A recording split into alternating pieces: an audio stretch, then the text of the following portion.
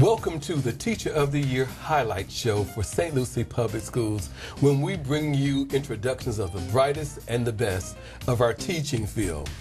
You know, as we reflect, we can say that all of us have sat in the classrooms of many great teachers. Throughout the history of the world, great teachers have inspired, confident, persuaded, and motivated. All of us recall a certain teacher, a very special someone who inspired us to learn. Regardless of their fields of study, they were all visionaries who led by example and whose actions transformed lives. Every day, we, along with 100 million parents, entrust our children with teachers. They instruct them, guide them, discipline them, coach them, and inspire them to fulfill their potential.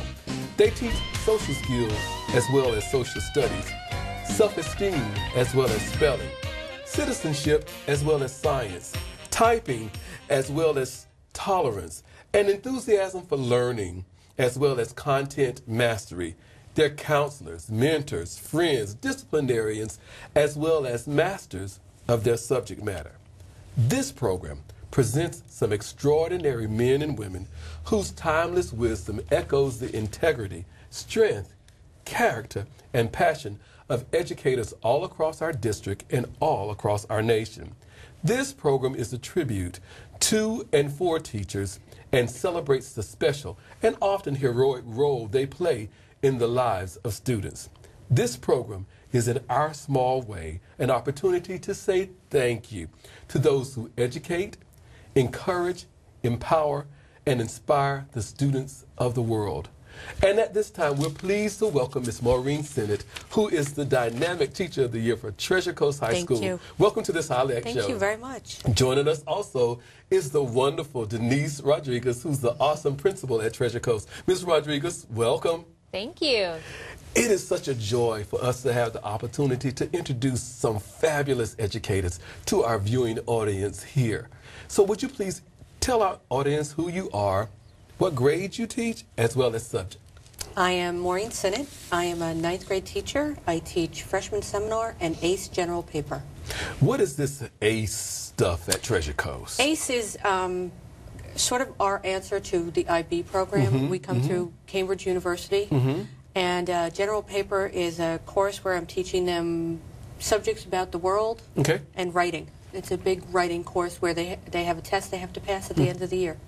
Tell us this. Where did you attend school? Where did you matriculate? And what was your degree of study?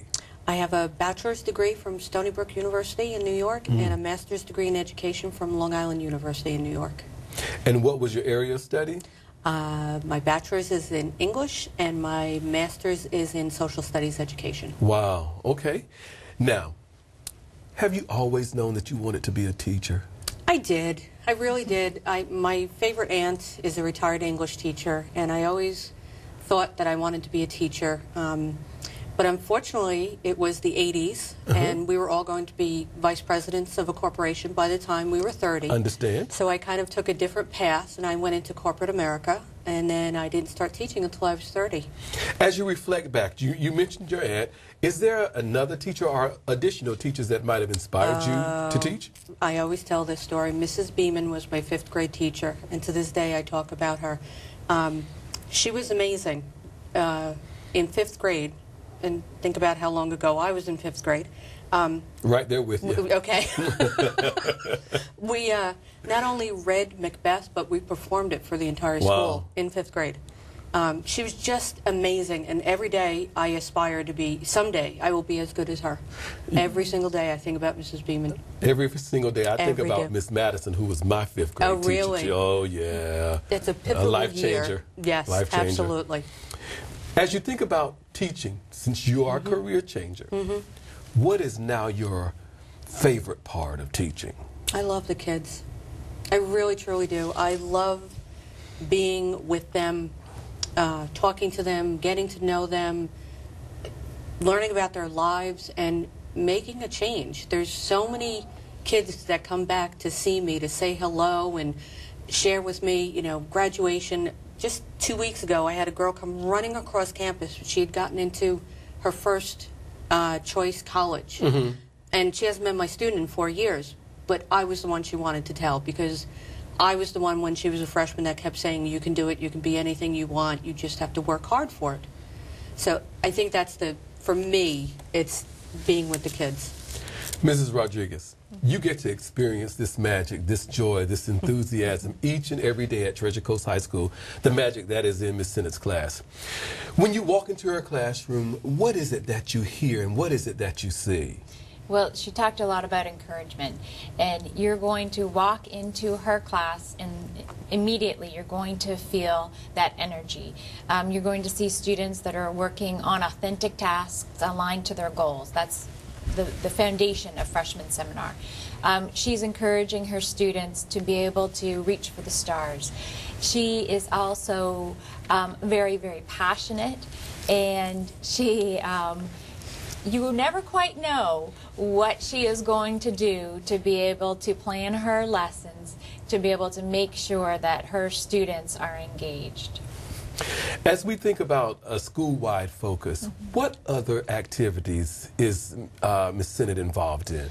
Oh my goodness, it's almost hard to say what she doesn't have her hands Not involved enough time. with. We don't have enough time. She is our freshman sponsor, so as our students transition into high school, they meet Mrs. Sennett and they are introduced to the Titan spirit, and so she plans a lot of our events for our freshman students.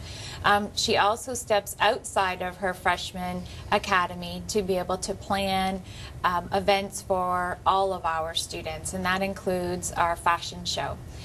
It has transformed into a fashion extravaganza, and it's an evening of not only showcasing our fashions for our upcoming prom each year, but also showcasing our talent of our students through dance, through song, through instruments, and so it is quite a 2-hour extravaganza of our students' work. So she works very closely with the upper school sponsors to be able to put that together.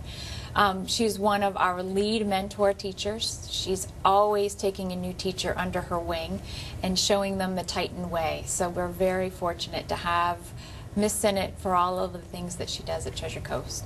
Miss Sennett, I know that you're one of the original teachers. I am. So you're Titan born and Titan bred? I am.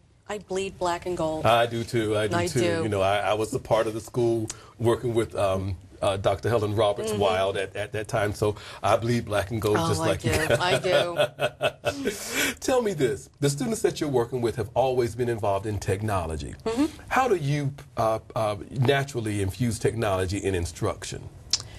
Well, one of the things that I'm always doing research projects with them.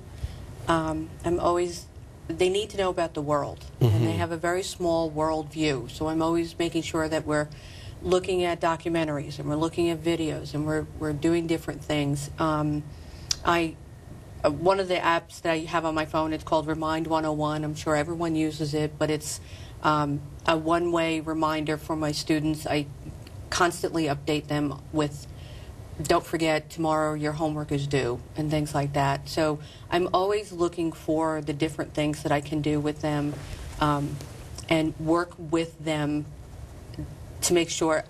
They teach me a lot because they're way ahead of me on different things. So they're always showing me different things to do and things like that. The framework for quality instruction in St. Lucie County is based on over 60 years of sound research. DQ5 is all about engagement. How do you purposefully weave engagement in planning and instruction? The first thing for me is I have to build relationships with my students. And I know that I will lose them. They don't care about the class. They don't care about what I have to say unless they know that I care about them and that I want them to succeed. So I'm always looking towards what relationships can I build. And then I know I'm 23 years teaching, so I know that I can't just lecture. There always has to be something new and exciting. I am at school till 4, 5, 6 o'clock almost every night trying to find new and different things. I have never taught the same thing exactly the same way. There's always a better way. Every single day I'm thinking, how can I do that better? As the ambassador for education at Treasure Coast High School, What advice would you give to new teachers? Relationships. Relationships. Yeah, Key. without a doubt. I also teach a course through the union. It's for first-year teachers, and we start we meet once a month, and we start every single class with, what relationships have you built? How have you reached out? How have you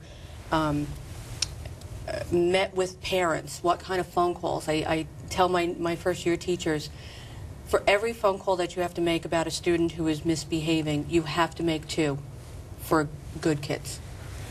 To remind yourself that there are days where you're just going to pull your hair out, but there's so many more great kids, and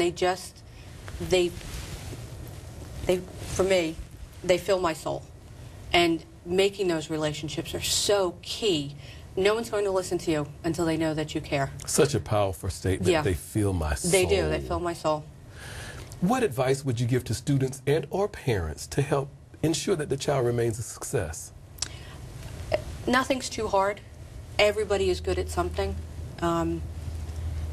Every child has potential. Every child can succeed. Every child can be something. Now, I'm not saying every single child is going to be a doctor or a lawyer, but they're good at something.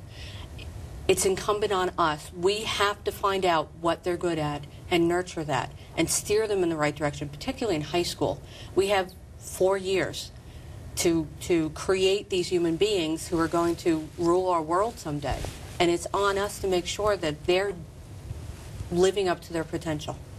Mrs. Rodriguez, it's selection time, and oftentimes administrators are given the opportunity to speak to selection committees about the Teacher of the Year. I understand that we're right at the beginning for St. Lucie County, but let's fast forward and say possibly Ms. Sennett is a candidate for National Teacher of the Year. Phone rings. First question is, Ms. Rodriguez, this is the National Committee calling. Please describe Ms. Sennett using 3 adjectives. What's your response? Oh, that's a challenge. The first one I would definitely say would be so kind and considerate. She takes on the challenges of, I've mentioned before, our new teachers, as well as that transition into high school. She is that first face for our students, and her kind spirit and her consideration that she takes into her lesson planning. She mentioned staying late very many nights. She's there with her colleagues. She's a team leader, and she has that team spirit. I would also say spirited. When you mentioned the Titan-born, Titan-bred, she is not only there for our students, but also for her colleagues. She's part of our Sunshine Committee and plans a lot of events for our teachers as well. So to be able to make sure that that positive spirit is there for faculty, staff, and for our students. I would also say commitment.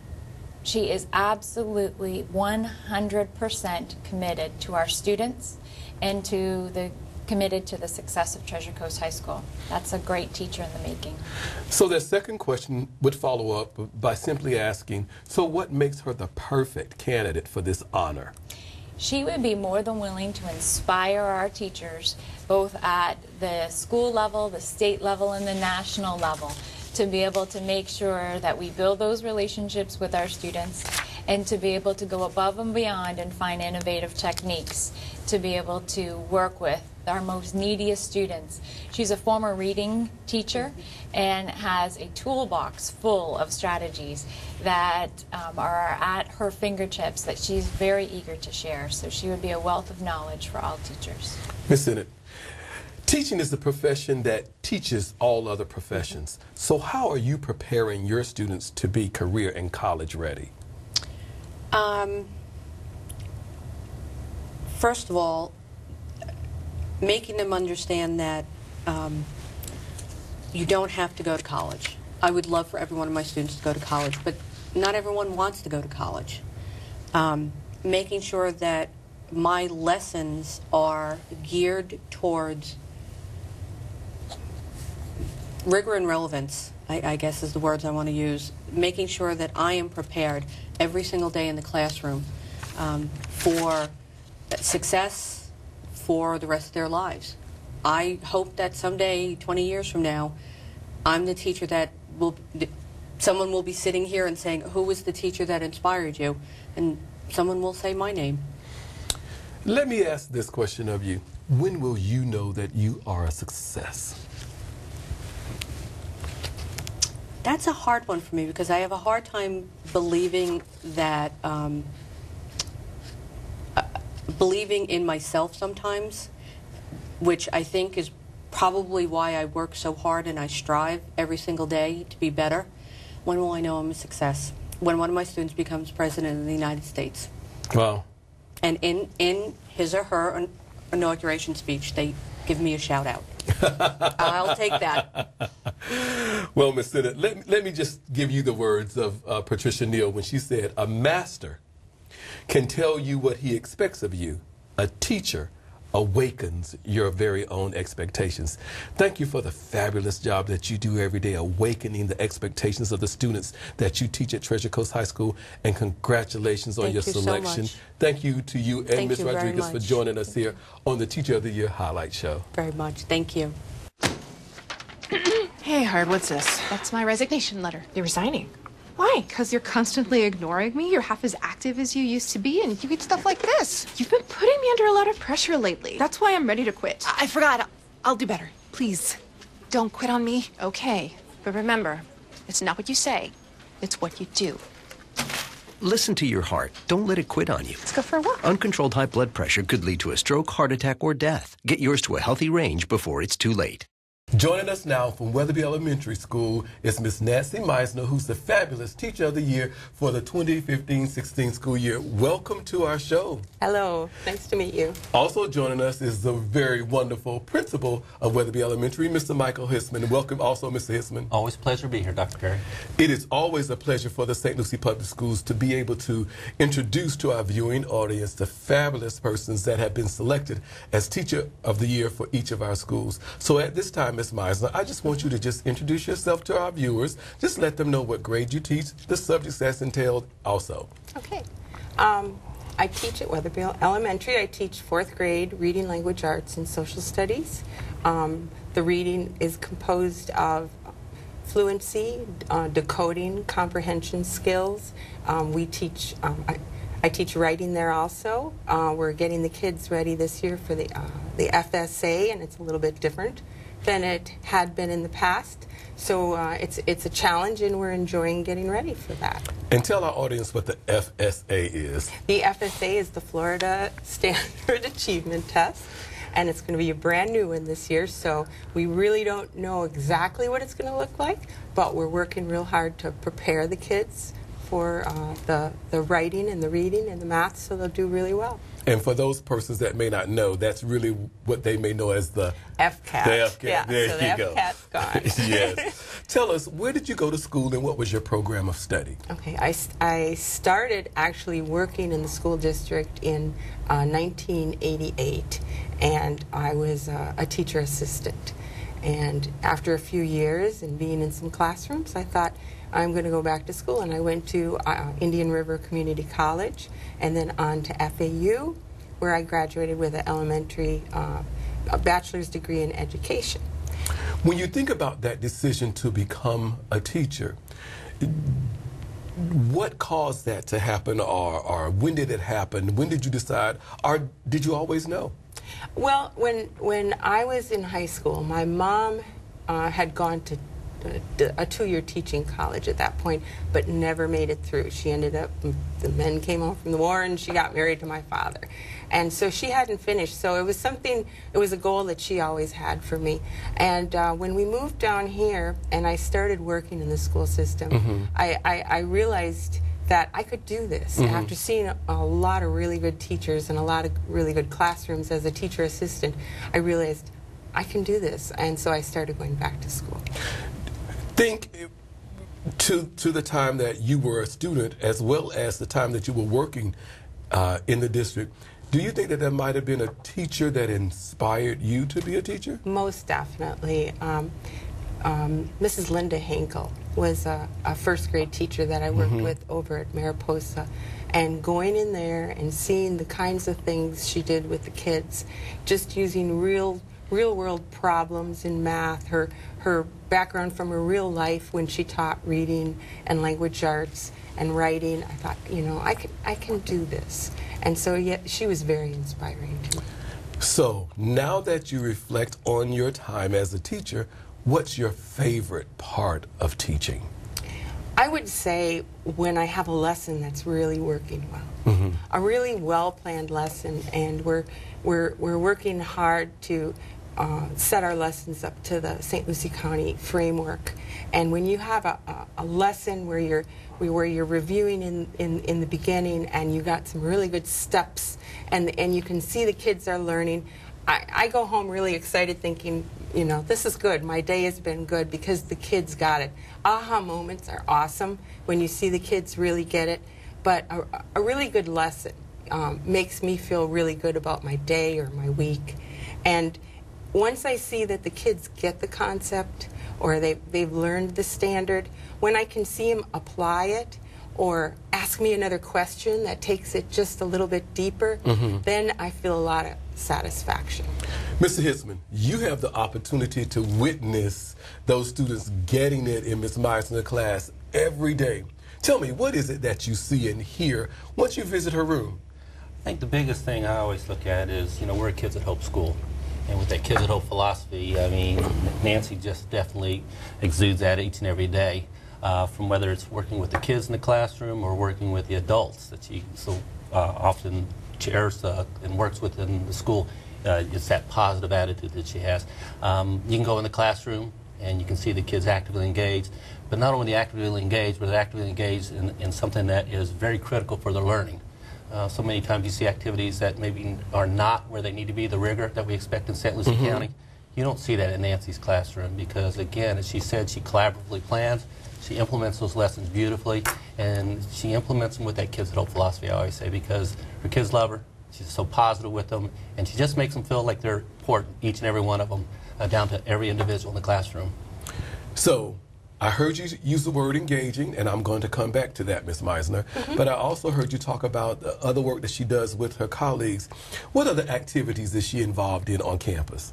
Oh, I mean, there's a tremendous amount of them. Obviously, PD is one of the ones that she is our Mark R representative for the framework. And so she has helped us provide several workshops in that area. And I think that's one of probably the biggest ones that I like to think about, because obviously it is about the instruction and about making quality instruction happen in our school.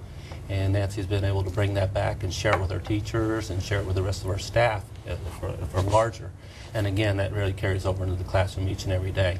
And again, like I said, then there's so many other things. She serves on our Kids at Hope committee, and again, has been very instrumental in that, and serves with our Literacy Council as well. So I could go on and on and on, but those are kind of three big things. Okay. And when you talk about the Literacy Council, she's there. She presents to parents on evening events and shares her knowledge and gives the parents the opportunity to take that home and then work with the children as well. So she really hits it on all sides of the educational arena that we have it, and working with parents, children, the staff, everyone.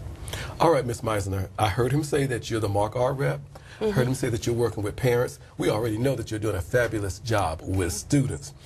When we look at our framework for quality instruction, we all know that DQ5 is all about engagement. So how do you purposefully plan engagement for instruction?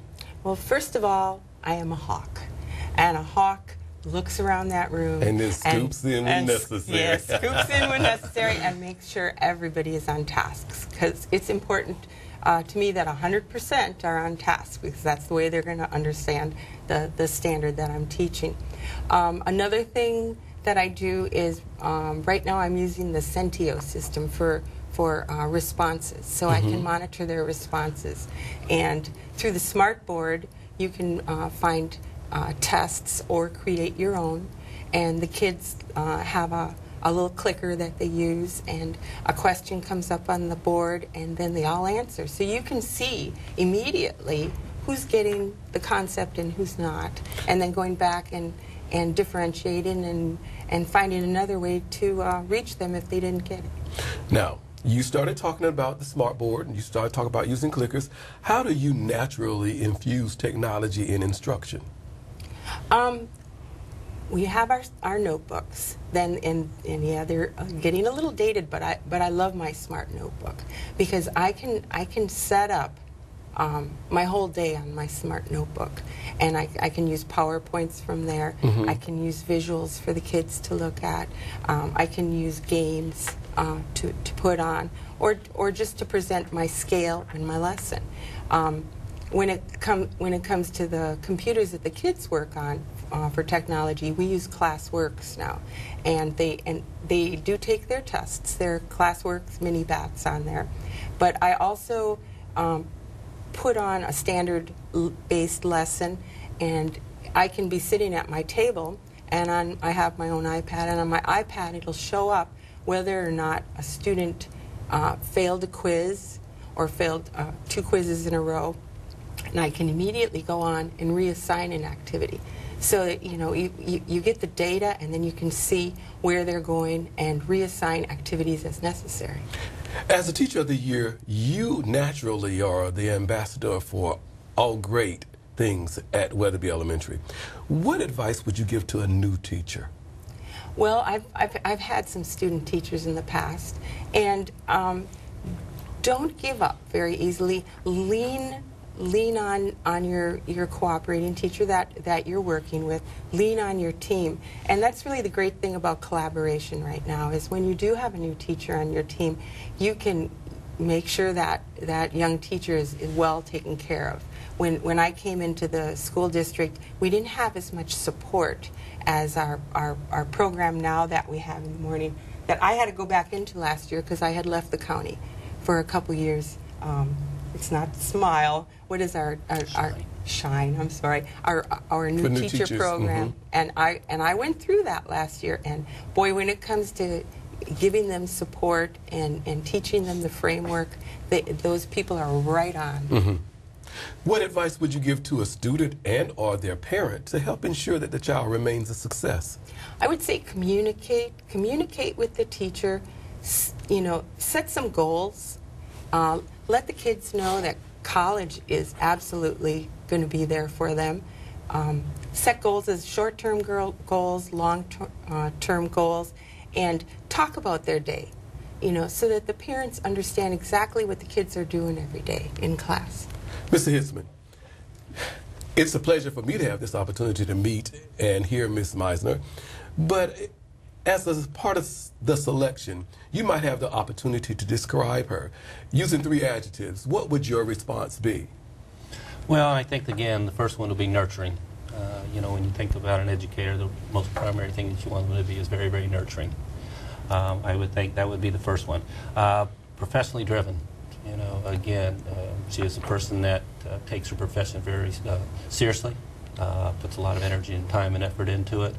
And so, again, I think that would be one, because she's always learning, always wanting to learn, always, when you go to the collaborative planning meetings, you can see her, she's bringing things in, things that she's found on her own and that she wants to share. And I think that ties right into the third one, is very collaborative.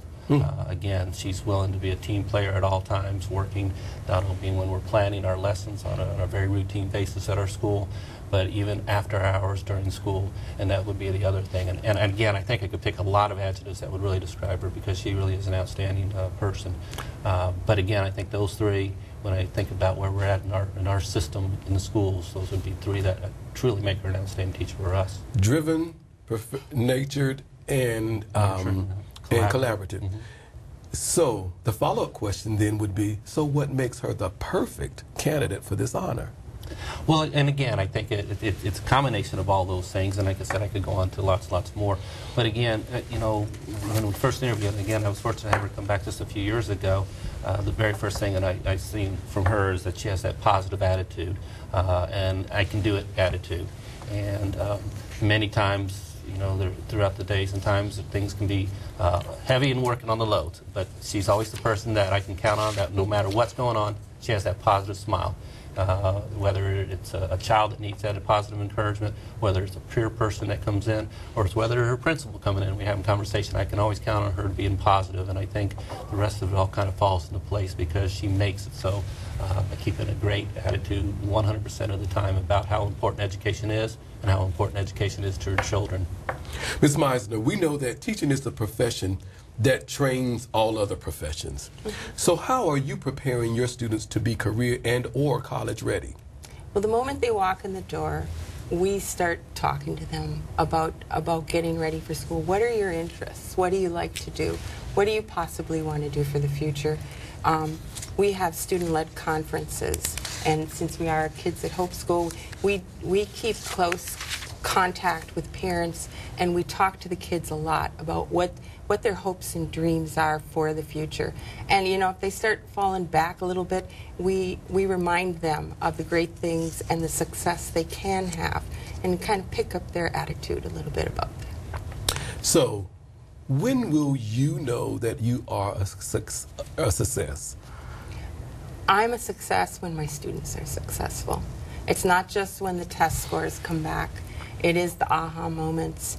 It's when they can teach someone else something that they've learned.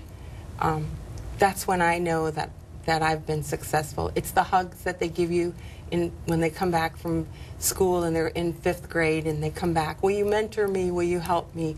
And then you know you've done your job. Yes, and all of those things I think really matters. Leave you with this quote from Bob Talbert. He said, "Teaching kids to count is fine, but teaching them what counts is best." And I want to thank you for the fabulous job that you're doing every day at Weatherby, and congratulate you on being selected as the Teacher of the Year. Mr. Hisman, thank you again for joining us here as we highlight the Teachers of the Year for St. Lucie Public Schools. Thank you. I'm a teacher. Let me tell you what I make. I make learning a privilege, not a chore, and frustration a tool, not an obstacle. I make working hard seem easy and giving up impossible. I make an old subject feel like a fresh thought and unconventional methods common. I'm a teacher. I make more.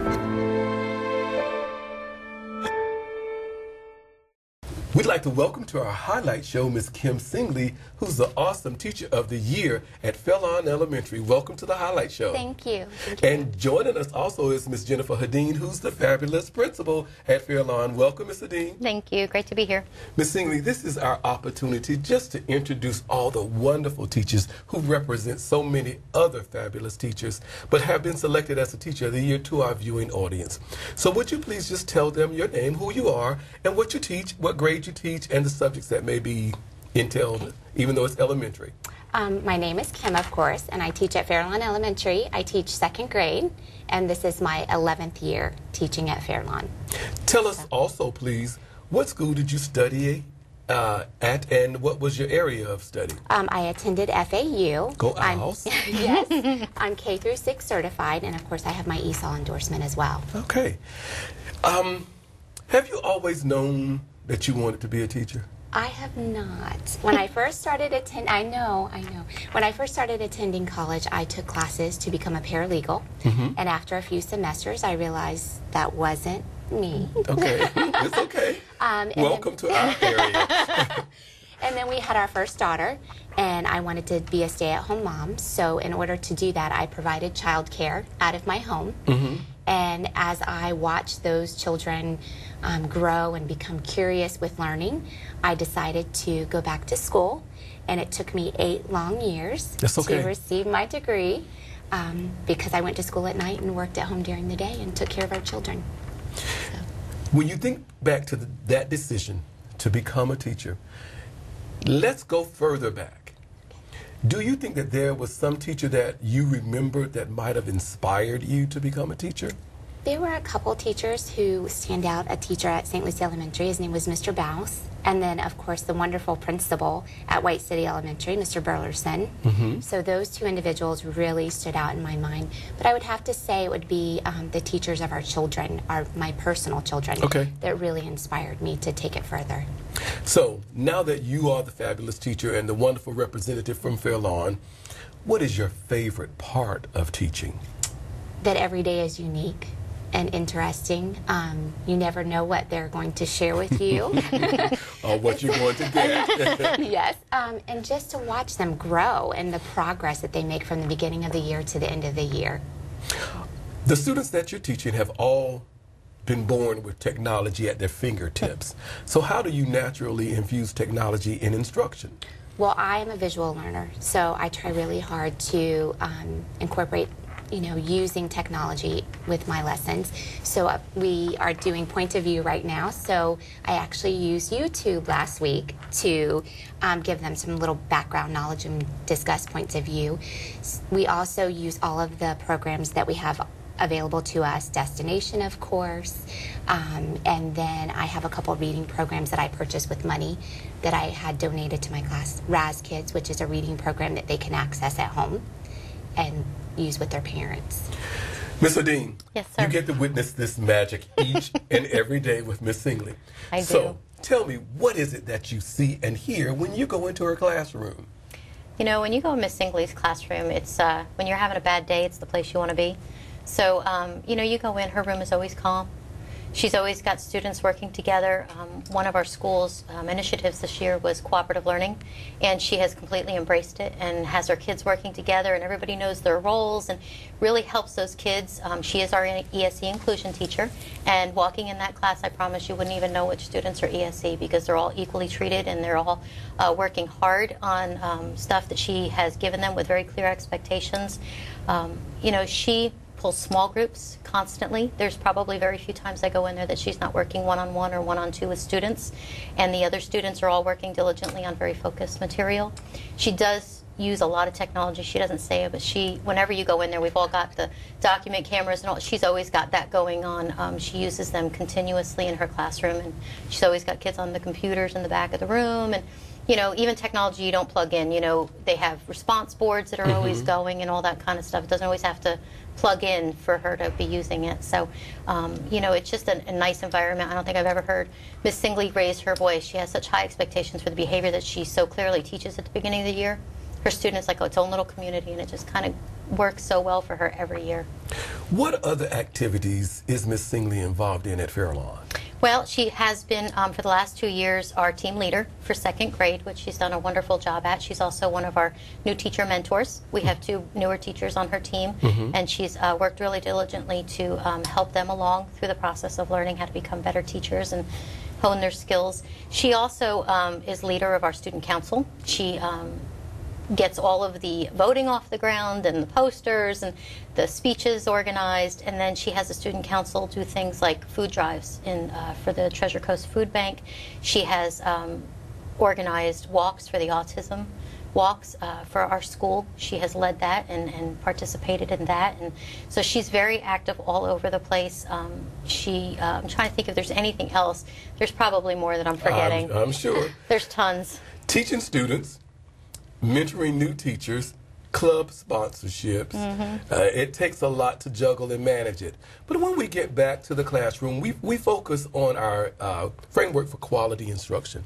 And we know that DQ5 is all about engagement. How do you purposefully plan engagement in your lessons? Well, as Mrs. Hadeen mentioned, we are implementing the Kagan cooperative learning structures this year. We just finished our 4th training.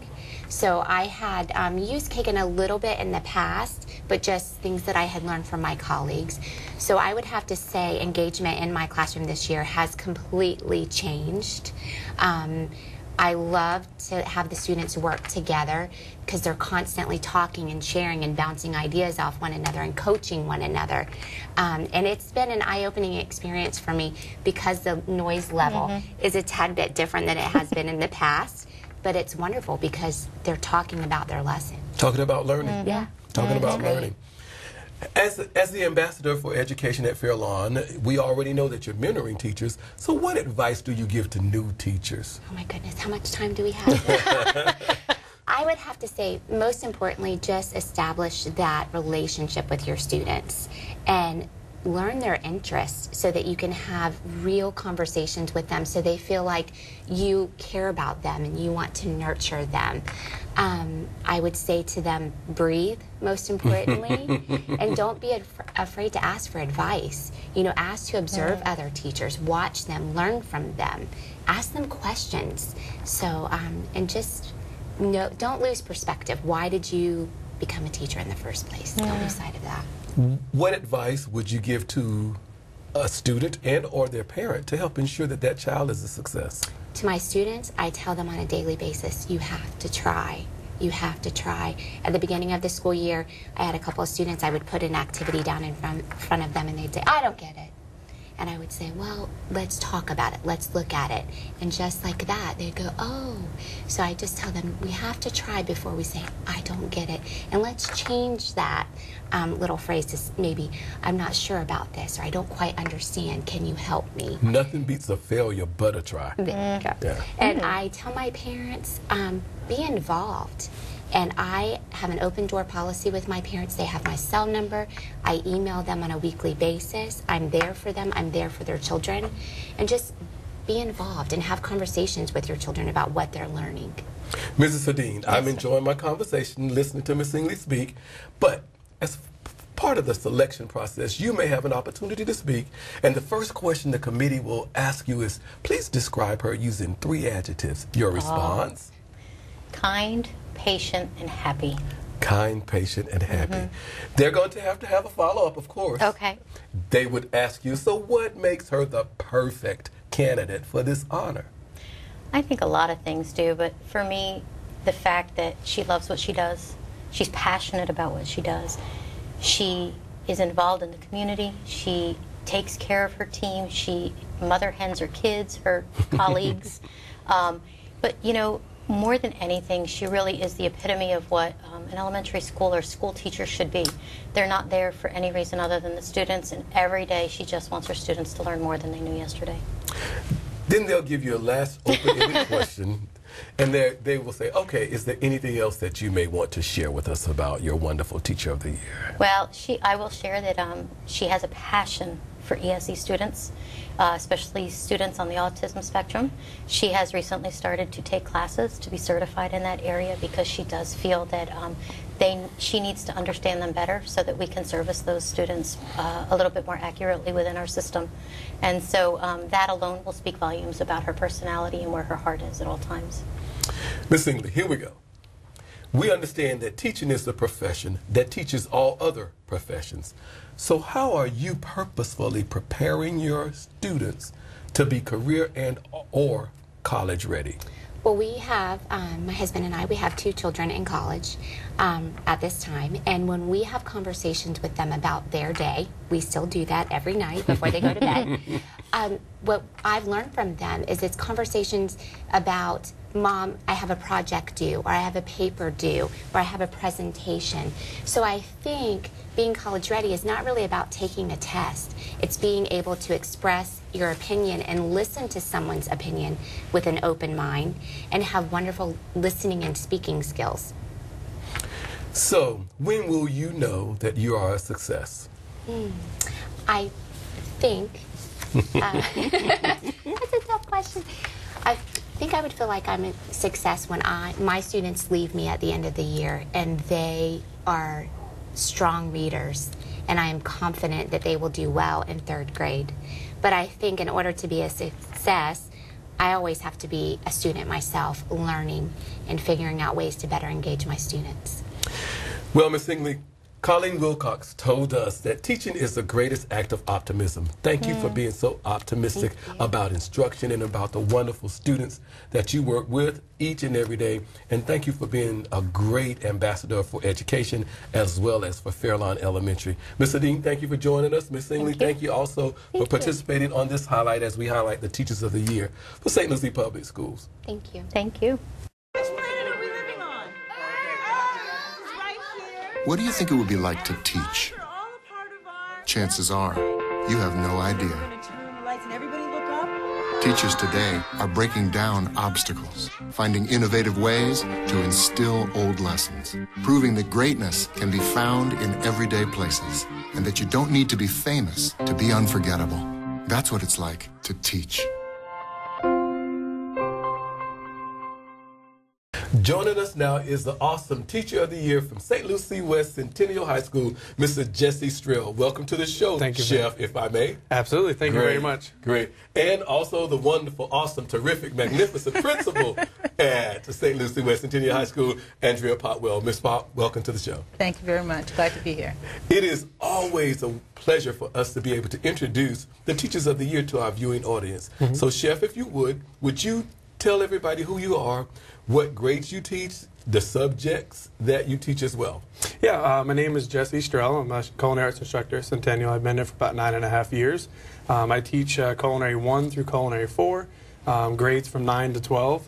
And we're teaching kids, getting them ready for the industry, but also teaching about life as well. Tell me this. Where did you study, and what was the program of study called? I went to Florida Culinary Institute, and I got a degree in culinary arts. And when I got done with that, I got a culinary degree. I got a degree in food and beverage management and restaurant design, which really focuses on the back of the house and planning of restaurant designing. And with that type of education, I was able to learn more than just the cooking aspects. And I do the same with my students now. So they get what I would term the front of the house and the back of the house. Absolutely. Yeah. Great, great. Have you always known that you wanted to be a teacher? No, actually, teaching found me. That's the interesting thing. I never found it. It'll do that. And actually, I'm a graduate of this county, and when I was at Central, I had a culinary arts teacher who that I got a little inspired by, Calvin Lewis. And I also had Peggy Ash over at Central. Okay. And it was there that I got my inspiration to go to culinary school in junior year. And when I went to culinary school, it was shortly thereafter, Calvin Lewis called me up over from Centennial, asking for, they need another instructor, and that's kind of how I got into it.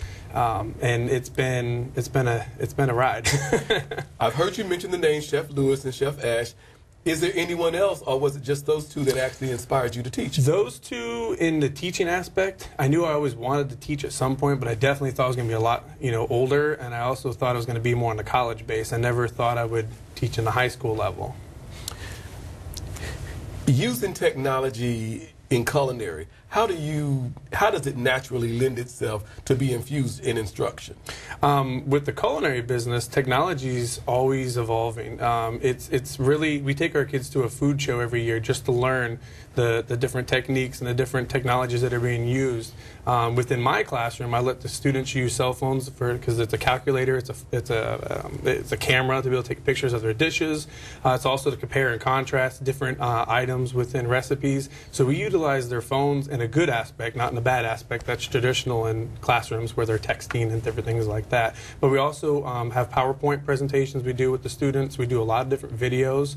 And when we can't do any of those type of things, that's when we bring the people in to showcase us, or we take them to the food show in Orlando in September so they can get an idea of the different point-of-sale systems used in restaurants, and how, software engineering for restaurants. And it really ties in a lot with our curriculum, because when we teach them about like profit and loss statements for management of restaurants and understand how to create a profit, there's computers out there that can control a lot of this, and so that's what we try to teach them. If we can't provide it for them, we take them to where they can get that access. Front of the house, back of the house, chef, and then instructor. Let's go to the teaching aspect. What's your favorite part of teaching? Favorite part of teaching would really have to be when a kid gets it. And not just in the sense of they understand it for a test, or you see them get it right there in the classroom, but not only they get it, but they actually use it. And I love the fact that usually after a kid, I go to their graduation, they have their diploma in hand, and that's great, and that's a success on my part, but I like to take it a step further. And if that kid comes back to me a year or 2 years later, and they're doing something, whether it's a restaurant or they're doing some type of career, that is the best part of teaching in my eyes, is that they've created something with the education that we provided. Ms. Potwell, you get to witness this magic and the joy of students in the culinary classrooms each and every day. What is it that you see and hear when you go to visit Chef's class? I see kids who are very excited about being there. It really is a great program, and it has grown tremendously. Chef Lewis and Chef Strill both are very passionate about their students, about their job, about their craft, what they do, and they're constantly trying to prepare kids for life after high school, as well as inspire them to be better individuals. They really do talk to their kids about being better people. But the kids are very excited about being there. They take pride in being a part of the culinary program, and I love going in there. I'm sure you do. Yeah. I think we all do. Tell me this. Being the chef, he's naturally involved in tons of other activities on the campus or that work make the total school operate. Highlight some of those for me, please. Mr. Strell is really a team player. Any activity we have on campus, he's always there. He's always contributing. I know he and Chef Lewis prepare our meal for homecoming that we have for our students.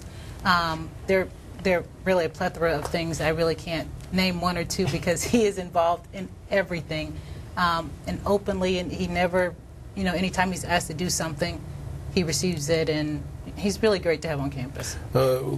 Great compliment is that he's a team player. Yeah, he really is. Many things that happen on a campus, especially a comprehensive high school, that make the total campus work.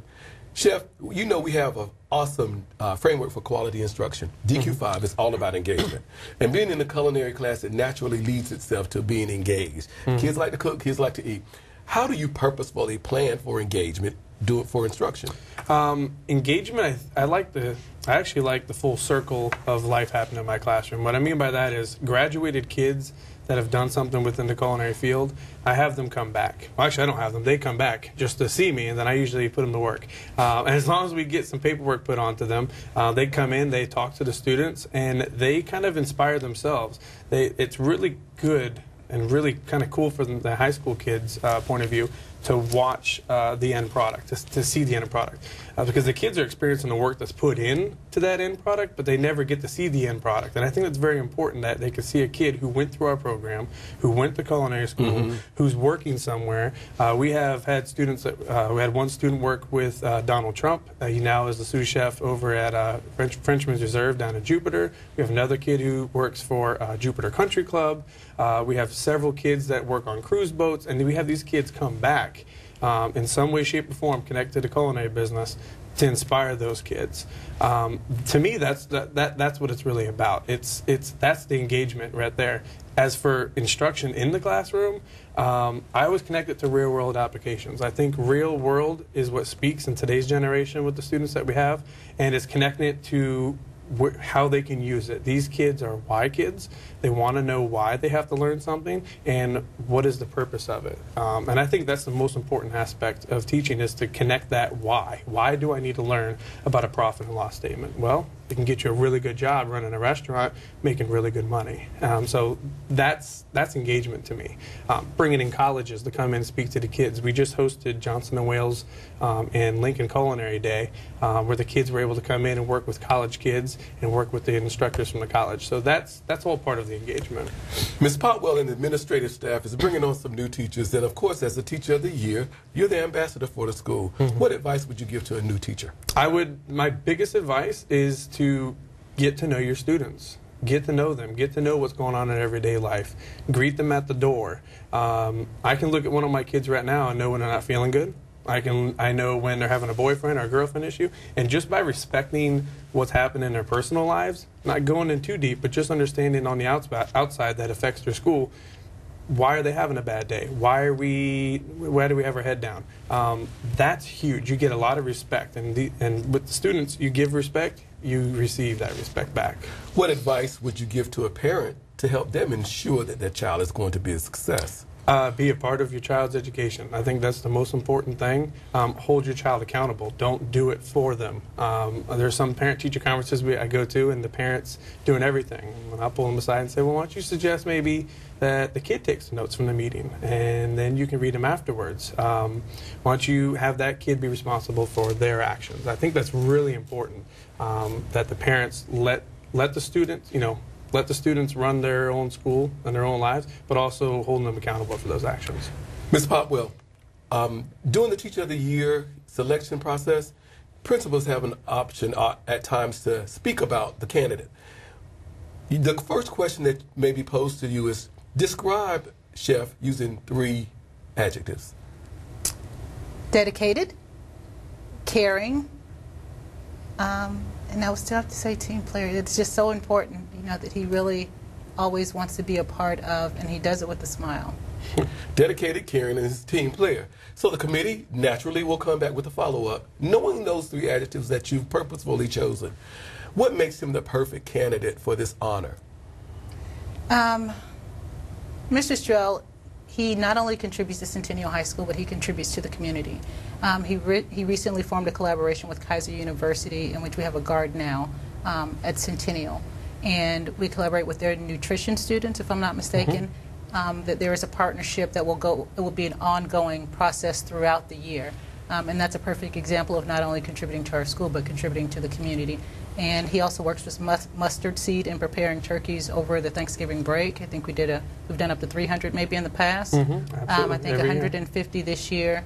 So there are all types of avenues. So with that being said, it's not only important to support our students and our faculty, but to support everyone in our community.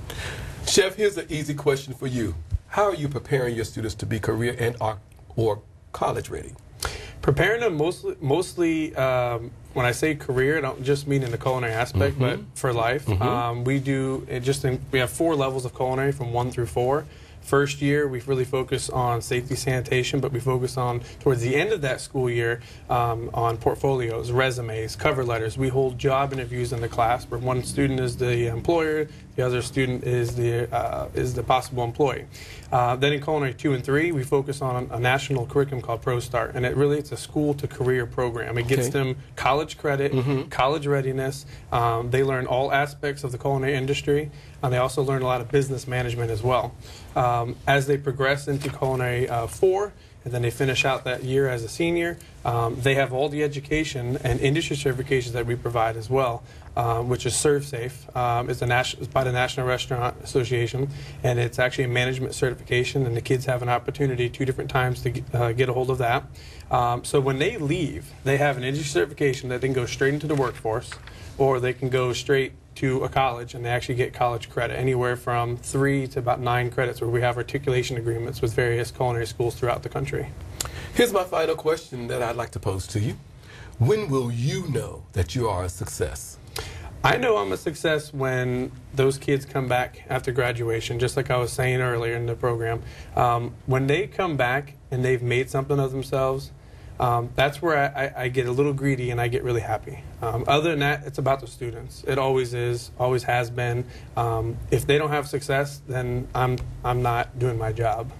Chef, Clay Bedford said, "You can teach a student a lesson for a day, but if you can teach him to learn by creating curiosity, he will continue the learning process for as long as he lives." Thank you for doing such a marvelous job of creating that curiosity in students that you work with each and every day, and for brightening the lives of everyone at St. Lucie West Centennial High School. Congratulations again for being selected the Teacher of the Year. Thank you very much. I appreciate it. Thank you.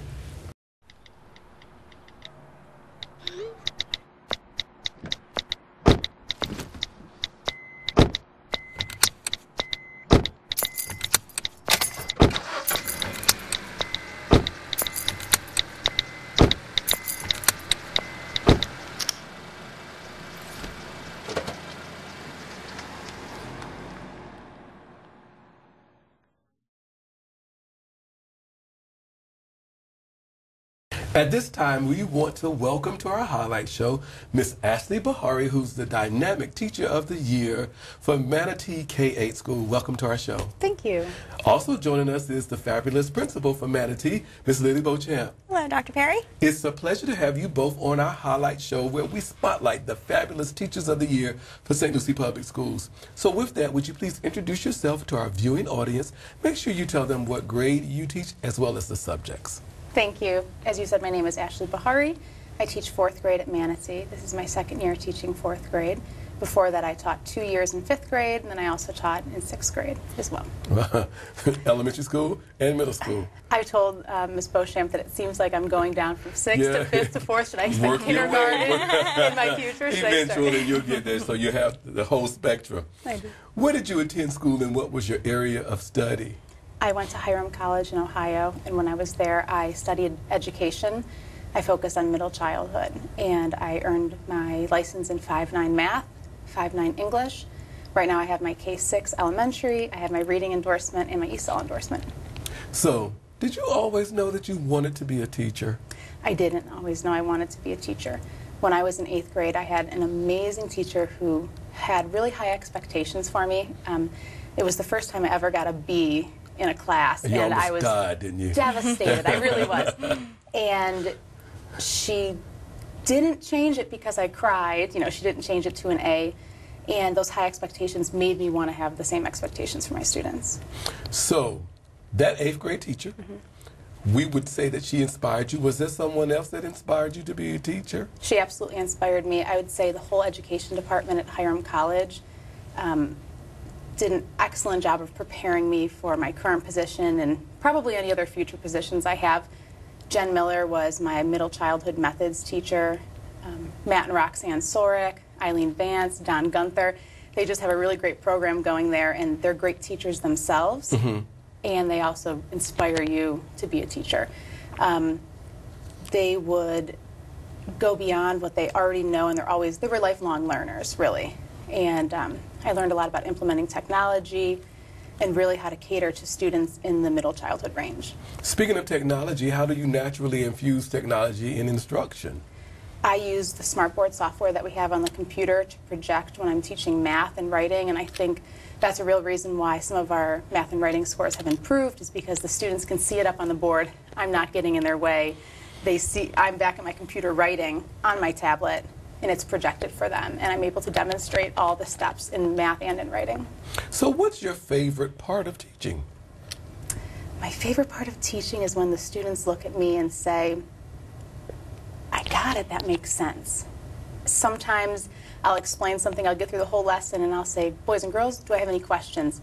And there will be kids that say, I'm just so confused, I don't get it. And I love that challenge. And I say, great, I'm excited. I'm so happy that you felt comfortable enough to tell me that. Now let's figure out how we can get you to learn it. And I love being able to go back and activate that prior knowledge, connect it to what we're about to learn, and then see them succeed with that. Ms. Beauchamp, you get to witness what happens in Ms. Bahari's classroom each and every day. When you visit her room, what is it that you see and hear? You see excitement. You see interaction. It's not your typical classroom. You know, it's not unusual to go in and see the students holding up their whiteboards or raising their hand. There's just an air of excitement and working together, which is nice. It's that collaboration and that comfort, so that you know, just as Ms. Bahari just referenced, that students are comfortable enough to be able to talk to her, talk to each other, and work together as they're learning. So what other activities is Ms. Bahari involved in at Manatee? Ms. Bahari works with our tutoring program, and she's doing that now for a couple years, and we've actually instituted a formal tutoring program with our Title I funds, but prior to that she volunteered to help as well, to work with our students. And so she assists with not only tutoring, but also helping with the coordination of the program.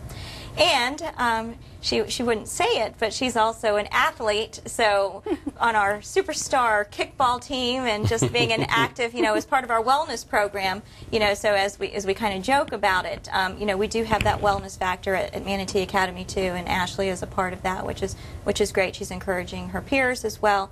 But the other thing, another item, is that she is in their Ed Leadership program. So she's an aspiring administrator, so at some point when she finishes, you know, she'll be able to be another leader in St. Lucie County. So she's looking for leadership opportunities wherever she can, and that's where you'll see Ashley. Ms. Bahari, our framework for quality instruction is a meta-analysis by Bob Mazzano that's based on over 60 years of research. In that framework, DQ5 is all about instruction. Engagement. How do you naturally plan for engagement in instruction?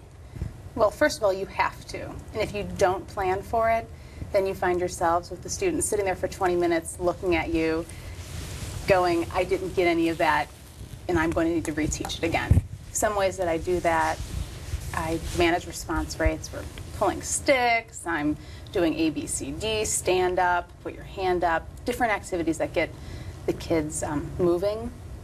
Physical movement is a big part of that too. As a Teacher of the Year for Manatee, what advice would you give to new teachers? this is the same advice that I give when I have practicum students or any student teachers. It's to have a classroom management style that is your own, that you can own and really stand behind. Whether it's to parents, to administrators, to say, this is what I believe in and this is how my classroom is going to be run. If it doesn't have to be my classroom management style, it doesn't have to be your classroom management, it has to be that teacher and they have to own it. What advice would you give to parents or to their children to help ensure that the child remains a success? You have to believe in your child. You have to have those same high expectations that I have for them, support them, challenge them, push them. We talk about being treasure hunters, and all kids are capable of success, no exceptions. Parents have to believe that too, no exceptions. Ms. Beauchamp, as principal, we want to give our audience a different perspective of Ms. Bahari. So our question to you would be to please describe her using 3 adjectives. Caring, compassionate, could go on, dedicated. Caring, compassionate, and dedicated. So when you think about the 3 that you chose, what makes her the perfect candidate for this honor? Reflecting on Mrs. Bahari and her teaching style, as she just referenced the Kids at Hope pledge, you know, I think that she embodies that thought. She believes truly that all kids are capable of success, and she's always seeking different ways to make sure that her students are engaged.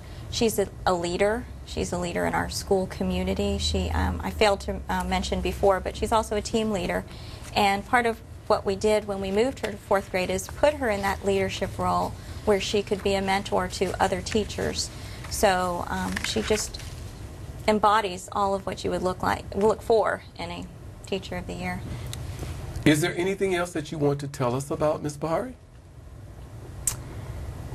Well, I think that as a 4th grade teacher, sometimes there's that challenge, and I know now that we're all working towards that writing goal.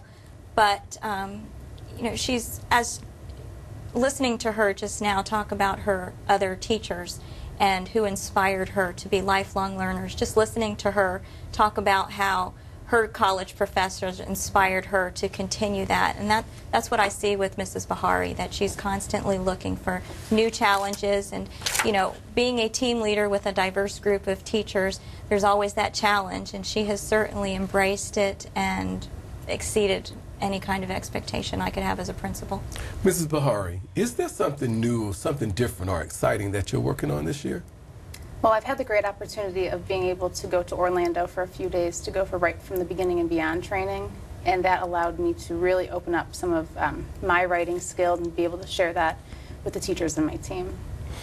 Teaching is a profession that prepares all other professions. It's the profession that teaches all other professions. How are you preparing your students to be career and or college ready? For career and college, I have to empower my students, and I do that by allowing them to make decisions for themselves, whether it's decisions on your behavior.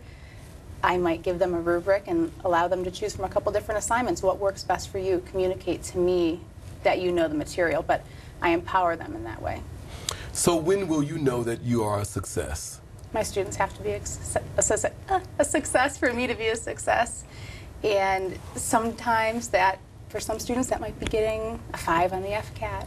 Others, it might be just getting all the points on our behavior chart for the week. And some, it might be, I just showed up to school today, I'm here, I'm ready to learn. But if some of those things happen for different students, that's going to be a success for me. Ms. Bahari, Nikos Kanzaskasi said these words: "True teachers are those who use themselves as bridges over which they invite their students to cross. Then, having facilitated their crossing, joyfully encourage them to create their own bridge." Thank you for being that bridge that leads to success for all the wonderful students at Manatee. And congratulations on your selection as Teacher of the Year for Manatee K-8 School. Thank you again.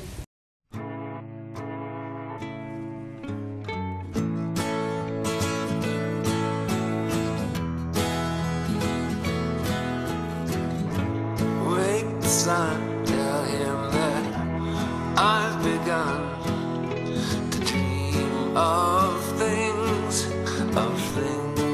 to come, and tell the trees not to look look for me. I'm going to find some peace of mind. Wake the sun, wake the sun, wake the sun, wake the sun.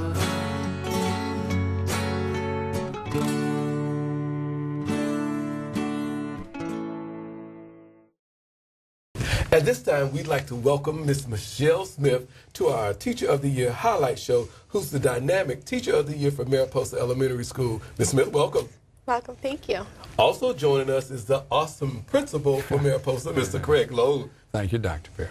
We are excited to have both of you join us for this highlight show where we have the wonderful opportunity of introducing all of the Teachers of the Years to our viewing audience. So, Ms. Smith, just introduce yourself quickly to our viewing audience. Tell them what grade you teach and the subjects as well. Okay. I teach second grade at Mariposa Elementary, and I teach reading, writing, and math. Everything. Science and social studies, everything. And chess yes. this year. Tell us about chess. We are doing chess. We're one of the 3 pilot schools. We were lucky enough, and the kids love it. We've finally learned every piece, and so now they're playing the full game of chess, and they're doing competitions, and we're going to have a chess night soon at our school. Let's come back to that. Is that okay? Yes, sorry. That's okay. No, I asked. Tell our viewing audience what school you matriculated at, and as well as your area of study. Okay, I went to the University of Florida, go Gators, and I got my bachelor's and master's there, and I went through the Pro-Teach program, and my specialization was in literacy. I was lucky enough while I was there to be a grad assistant for Dr. Richard Ellington and Dr. Ann McGill-Franzen. Have you always known that you wanted to be a teacher? My mother was a teacher and my grandmother was a teacher, so I spent a lot of time in schools when I was young, and I always wanted to be my mom growing up. Oh. But when it finally came time in high school to maybe decide what I wanted to do, I really prayed about it and sought God's will for my life, and felt that He was leading me towards becoming a teacher. So that's why I became a teacher. You mentioned Mom and your grandmother, but I have to pose the question, who inspired you to teach? Definitely my mother. She was an ESE teacher, and she taught with autistic clusters and an ESE class, and she was phenomenal. She really made the kids love learning. They really enjoyed school and learning every day, and so she just really spurred me on to become a teacher.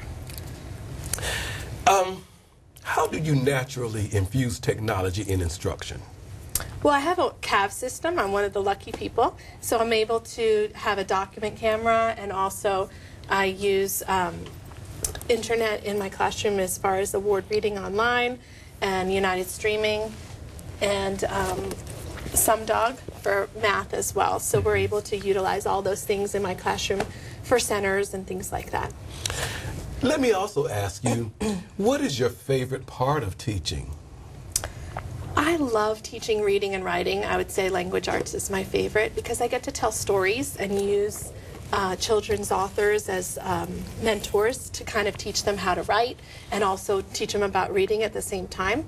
And they really get excited about it. I feel like a lot of oral language is great for their vocabulary as well, and it's worked really beautifully in my classroom doing that. Oral language is important. It is. Vocabulary study is majorly important. Yes. Mr. Lowe, you get to witness this magic every day in Ms. Smith's classroom. Tell me, when you visit, what is it that you see and hear in her room? One thing that's pretty quick to see is her rapport and her relationships with her students. I've been able to have the good fortune of working with her both in first grade and in second grade. And what you see is a class of children that are engaged, happy about what they're learning. When she talks about her love being the language arts and reading, that's very apparent. You can't miss that when you go in her class. And I've always said I've been fortunate enough to have a great group of primary teachers, but certainly Mrs. Smith has done an extraordinary job with our reading program at our school. It's a joy to see. We know that many of our Teachers of the Year reach beyond the 4 walls of their classrooms and are actively involved in many other things that lead to the total operation of the school. What else is Ms. Smith involved in? There are three actually major things that she's done. One of the things that she started about 3 years ago is our Heroes Breakfast. Mrs. Yost and Mrs. Napier actually got to see part of that when they came for a visit one day when we had this going on, where we bring in all of our veterans and our police, all law enforcement come. We have a breakfast that we prepare for them. The children have prepared signs and posters that are up throughout the whole cafeteria. We do poems and singing selections to them. They feel very privileged and very honored, as they should. And then we finish this with a big tour of all the law enforcement and fire department equipment that pulls up in front of the school. Poor Mrs. Yost, when she came there, didn't realize that was what the day was, and she was a little worried when she saw all the equipment out in front of the school, but then quickly saw that we had all of our students coming out to see this. And they enjoyed that very much. That's one of her she's done that on her own.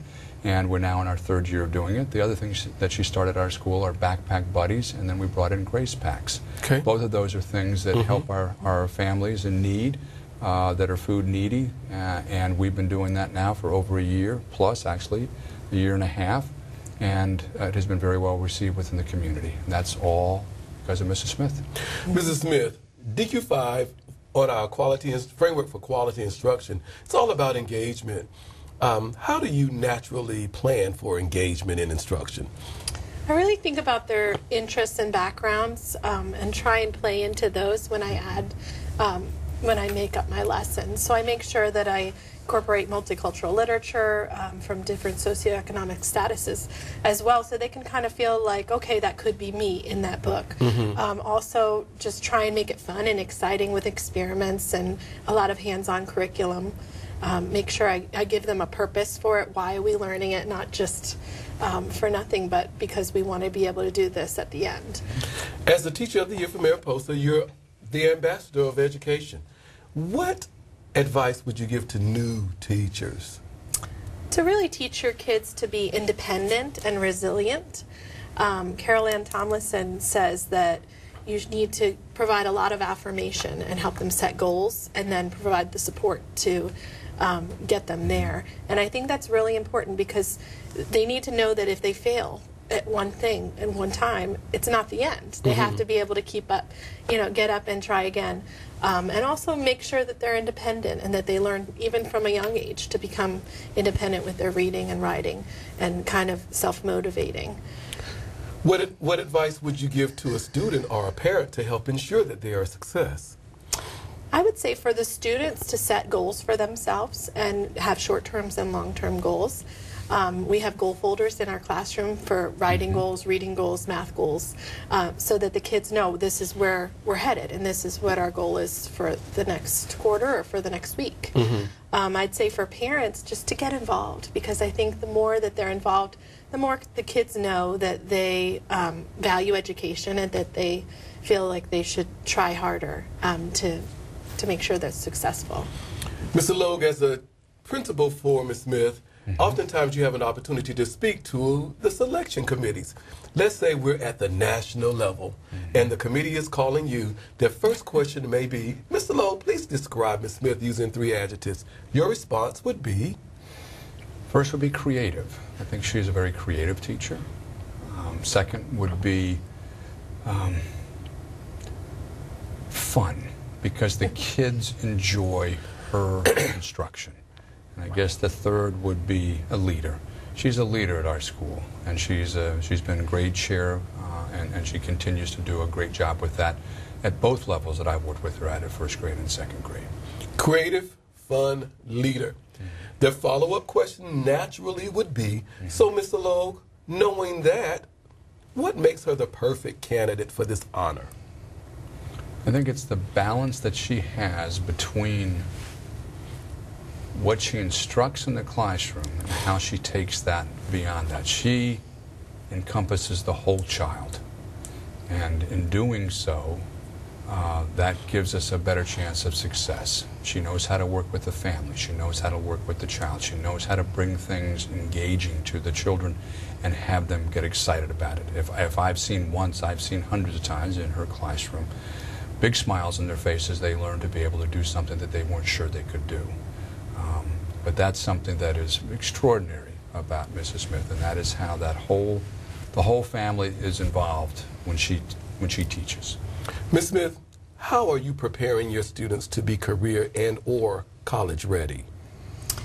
Well, I make sure, like I said, that they're becoming independent, that they set goals for themselves, and make sure that I follow up on them. Just because they left my class doesn't mean that I don't care about them or that I'm not going to check up on them. So they know, even if they're in 4th, 5th grade, I will go to their teacher and say, hey, how you doing? Or sometimes if they need it, I'll have a check-in, check-out program where I check in with them and say, how are your grades? How's your behavior? What are you doing? So I think I'm trying to make sure that they continue their success, not just in my classroom, but throughout life. When you think of all of the things that you're involved in on campus, is there something new or something exciting that you're working on that you'd like to share? Definitely the chess is new and exciting. The kids love it. It's definitely an incentive for them. They enjoy playing each other and figuring out, well, that was a mistake I made this time. Next time I'm not going to do that. So each time they're kind of thinking ahead of what they're going to do next time. How is that making them a better student, making them a better critical thinker? I think it's helping them predict and think ahead of time. So they're also using that in their reading skills to make sure that they're predicting, well, what might happen next, and see as they go along, and then, oh no, that didn't happen. I wonder, what'll happen next, or those sorts of things. Mr. Logue, is there anything that you may want to add and tell our viewing audience about Ms. Smith? When she talked about First Move, which is the chess program that we have at both 3rd grade and at 2nd grade this year, and one of the things that I've seen from her students is their ability to problem solve, be it in math or in other areas, I think has increased quite a bit because they're looking at different strategies. They're learning from chess that there's not always one strategy to do something, that there are going to be different ones, and it's going to be dependent upon what happens. It's been nice to watch somebody who said, chess? You want me to teach chess to the kids? To turn into one who, while you might not be a chess master yet, that the children have come so far because she's enjoyed learning too with them, and they've enjoyed. And then seeing this at our 3rd grade level too, it's been quite a good thing. But I still go back to what Mrs. Smith does is she has a quiet determination in her classroom.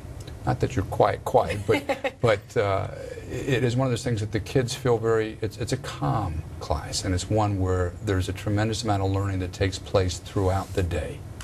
And that's sort of a hallmark of Michelle Smith's classes. So, Ms. Smith, when will you know that you are a success? I think when my kids are a success, when they meet their goals and they cheer for themselves and are excited, I'm excited, and that makes me feel successful.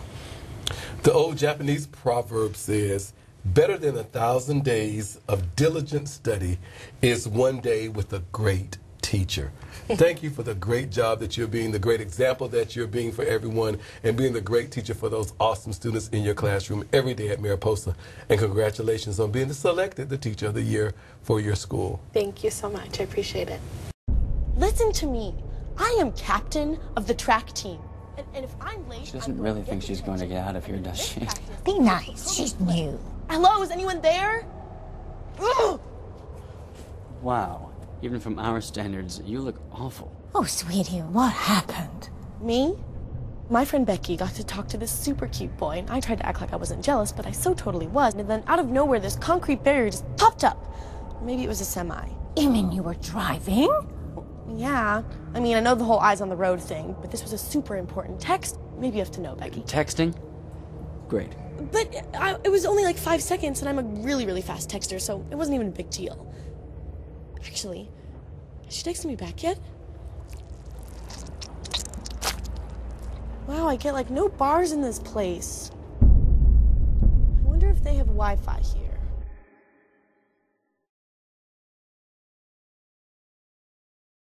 At this time, we want to welcome to our highlight show the dynamic teacher of the year for Rivers Edge Elementary, Miss Sherry Madorma. Welcome to the show. Thank you. Joining us also is the fantastic principal for Rivers Edge Elementary, Miss Carrie Wallakevitz. Welcome again. Thank you for having us. It is indeed a pleasure for us to have this opportunity to introduce you to our viewing audience as the teacher of the year for Rivers Edge. Would you please take a minute, tell everybody who you are, what grade you teach, subjects that are entailed in that grade as well. Okay, my name is Sherry Madorma, and I teach 5th grade at Rivers Edge, all subject areas. I'm responsible for reading, math, science, social studies, and writing. I'm originally from New York, and I've been in St. Lucie County now. It's my 3rd year, and it's my 16th year teaching. Tell me, what school did you study at, and what was your degree area? I studied at Baruch College in Manhattan. I have a BBA, a Bachelor's of Business Administration, in 1986 because my parents were both teachers, and they discouraged me from becoming a teacher, even though secretly that's what I wanted to be.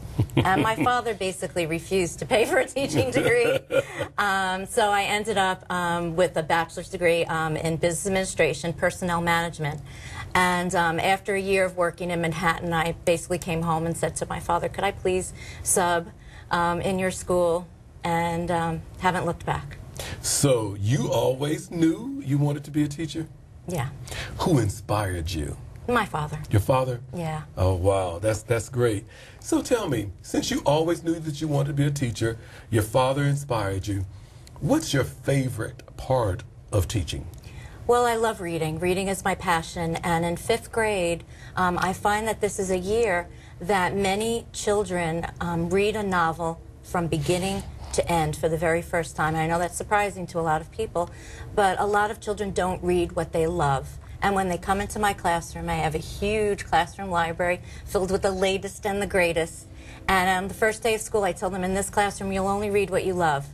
And I told them, and this might be the year you read a book from cover to cover. And when that happens, I want you to tell me privately, and we go outside, and I give them a big hug. Wow.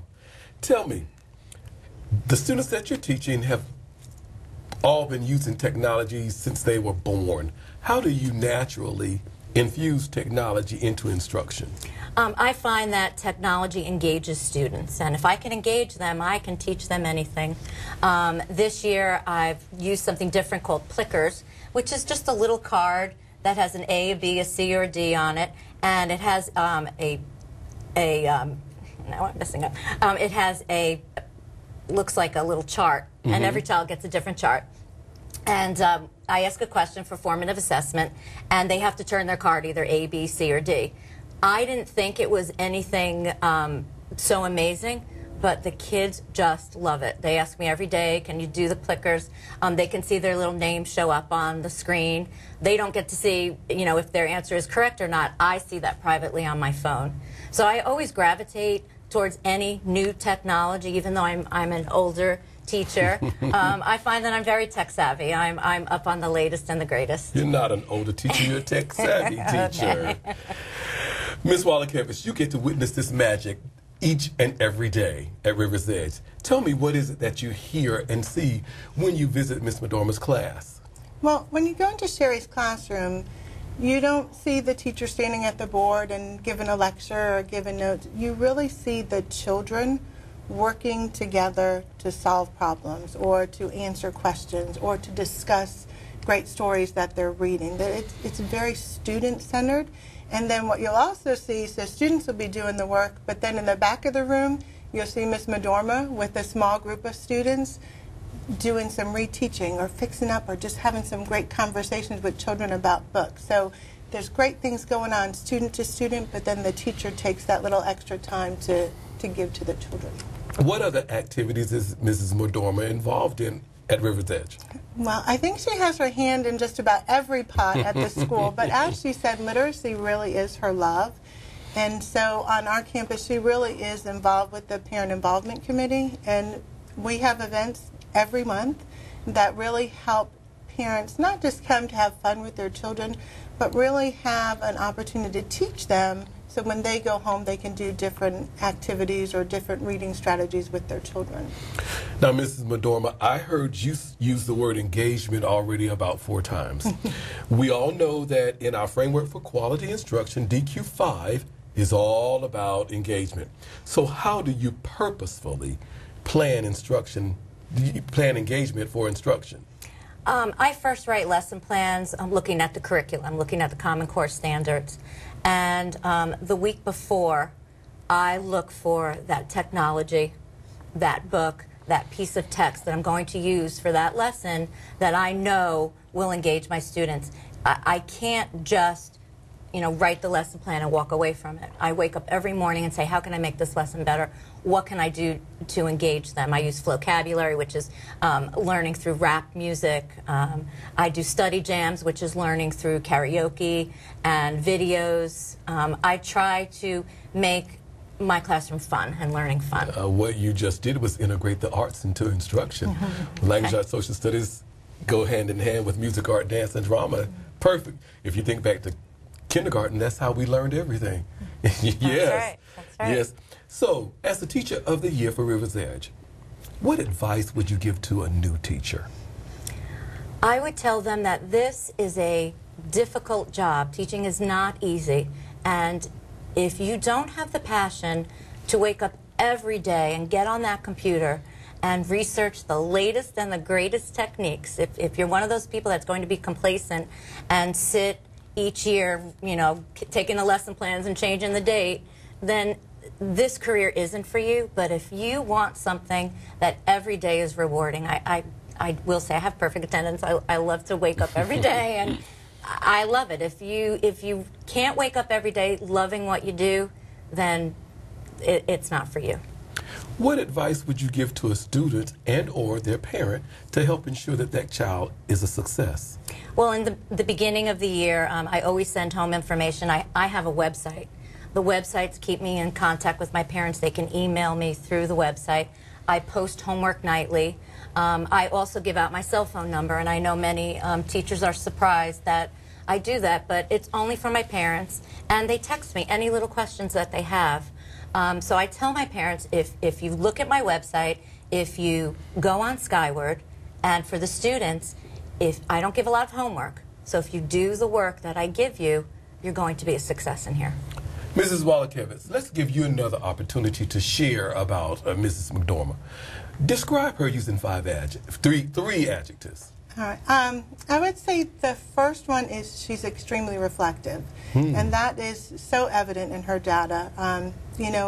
She really does try to do the engagement piece and really have students have conversations, but she really looks at what each individual student needs. Last year, 94% of her students showed a learning gain, and the one that didn't missed it by 1 point on the FCAT. I mean, she really, and she was upset about that the one student missed it by 1 point. So definitely reflective, extremely passionate, loves teaching, and I can't imagine her ever doing anything else. And the last one is relentless, and truly relentless in her search for knowledge, in her quest to make every student be the best that she can be.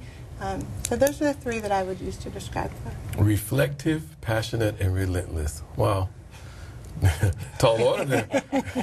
The committee would come back with a follow-up question, and they would ask you, so what makes her the perfect candidate for this honor? I think she's the balance. She really is the whole package. She wants to help children reach their social and emotional goals, but she really is very focused on what are the standards. And this year's been a change for everybody in the state of Florida. But really learning what it is that her children are going to need, but she even takes it a step further, because she's not just happy with what her students need, but she really does work with our school community to see what do all of the children in our building need. Mrs. Madorma, is there something new or something exciting that you're working on this year? Well, every year I write a grant, and this year I wrote a grant for science carts with supplies on it for the entire 5th grade. because we all know that if we don't do enough of the experiments, hands-on. So I'm very excited that the other teachers now have all the supplies that they need. And I'm very excited about the plickers and the technology that I'm using in the classroom this year. What impact do you have on students' ability to be career and or college ready? The Common Core standards have really helped us all to prepare students for college readiness. The thing that stands out for me this year is in 5th grade we have not only a reading test, but we have a writing test, and the grades combine to form one grade. And this year Mrs. Wallachevitz has been wonderful in providing us with outstanding professional development. And this year children are not just writing narratives and given a prompt and writing about camels in Florida. This year they're given 2 or 3 pieces of nonfiction text where they have to analyze the text and write an essay about it. And that's high school and college right there. So I feel like my writing has really going to have the most impact this year. Ms. Wallachevitz, is there anything else that you may want to add, tell our viewing audience about Mrs. Madorma? I just want to say how very lucky our faculty, staff, and students and our parents are to have you on our staff and to have you working with their children. You know, she really gives 150% of herself. She comes in early in the morning. She has morning tutoring where kids just at random just show up and really get the extra math support they need or extra literacy support she needs. She really does work tirelessly to give every student, and again, not just in her room, and I think that's the piece that sets her apart. It's really about the entire River's school. Edge. Yes, yes. Mrs. Madorma, when will you know that you are a success? When I have 100% of my students proficient and making learning gains. Nelson Mandela told us, education is the most powerful weapon which we can use to change the world. With you working as relentless as you are, as passionate as you are, and being as reflective as you are, we know that you're the person that's going to help change the world through education. Thank you. Job well done. Congratulations on being selected Teacher of the Year for River's Edge. Thank you.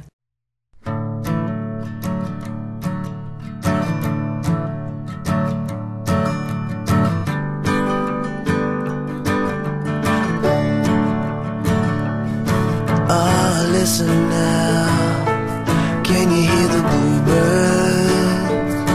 Oh, look up now, can you feel the sun?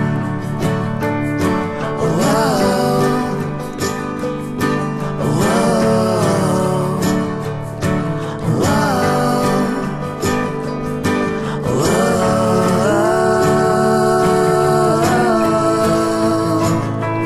Can you feel the sun?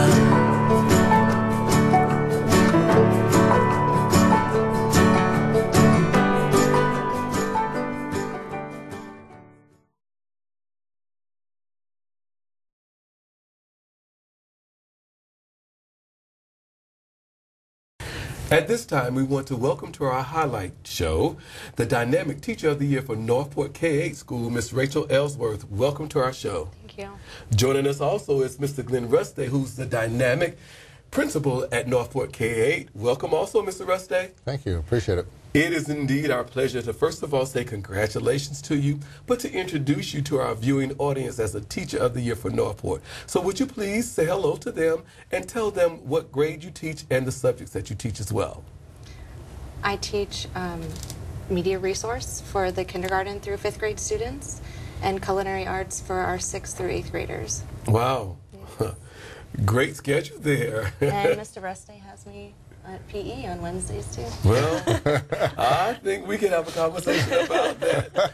Ms. Ellsworth, where did you study and what was your area of study? I study at Florida Atlantic University. Go Owls? Yes. Yes. And I studied elementary education. Elementary ed. Yes. As you think about this time that you're teaching and having an opportunity to teach multiple subjects, what's your favorite part of teaching? My favorite part about teaching is the relationships that I get to have with all the students in the whole school. I think relationships with students, with people, is very key to everything else that we are allowed to do, that we can do.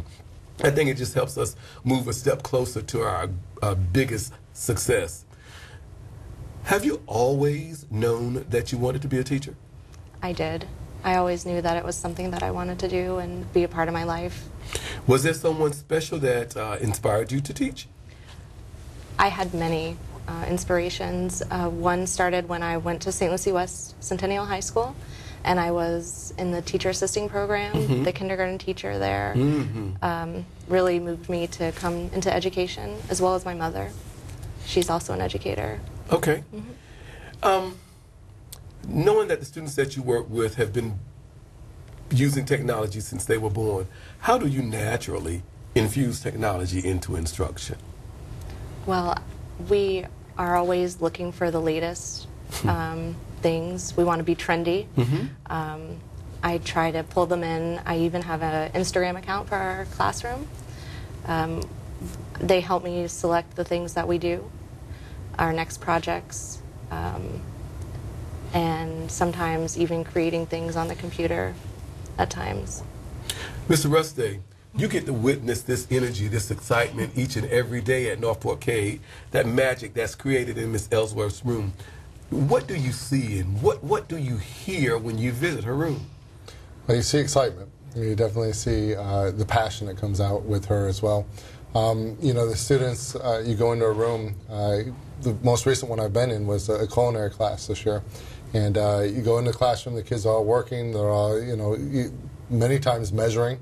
You know, there's all kinds of different subjects being infused into our culinary, and the kids have no idea they're even doing all this other things that they don't like. But you can see them very engaged in what they're doing and measuring, and you get to see the creation, and the kids really love seeing that creation and actually putting that together underneath her watchful eye, and it's amazing what the kids are doing underneath her guidance, and she's back there in the background, but she's constantly touching. Oh, have you thought about? Have you done this? And you know, again, you get to see that hands-on, hands-off type thing. But where she's guiding them, but she's letting them take the lead in their own learning. Yeah, they don't even know they're mixing a little bit of math and a lot of literacy. That's and right. Yeah, absolutely. It'll all come together in the great picture really, really soon.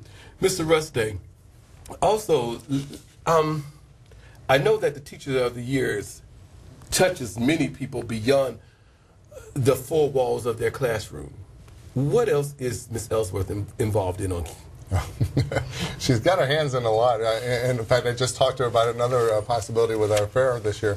But she does, last year, she knew we were looking for some co-chairs for our Kids at Hope program.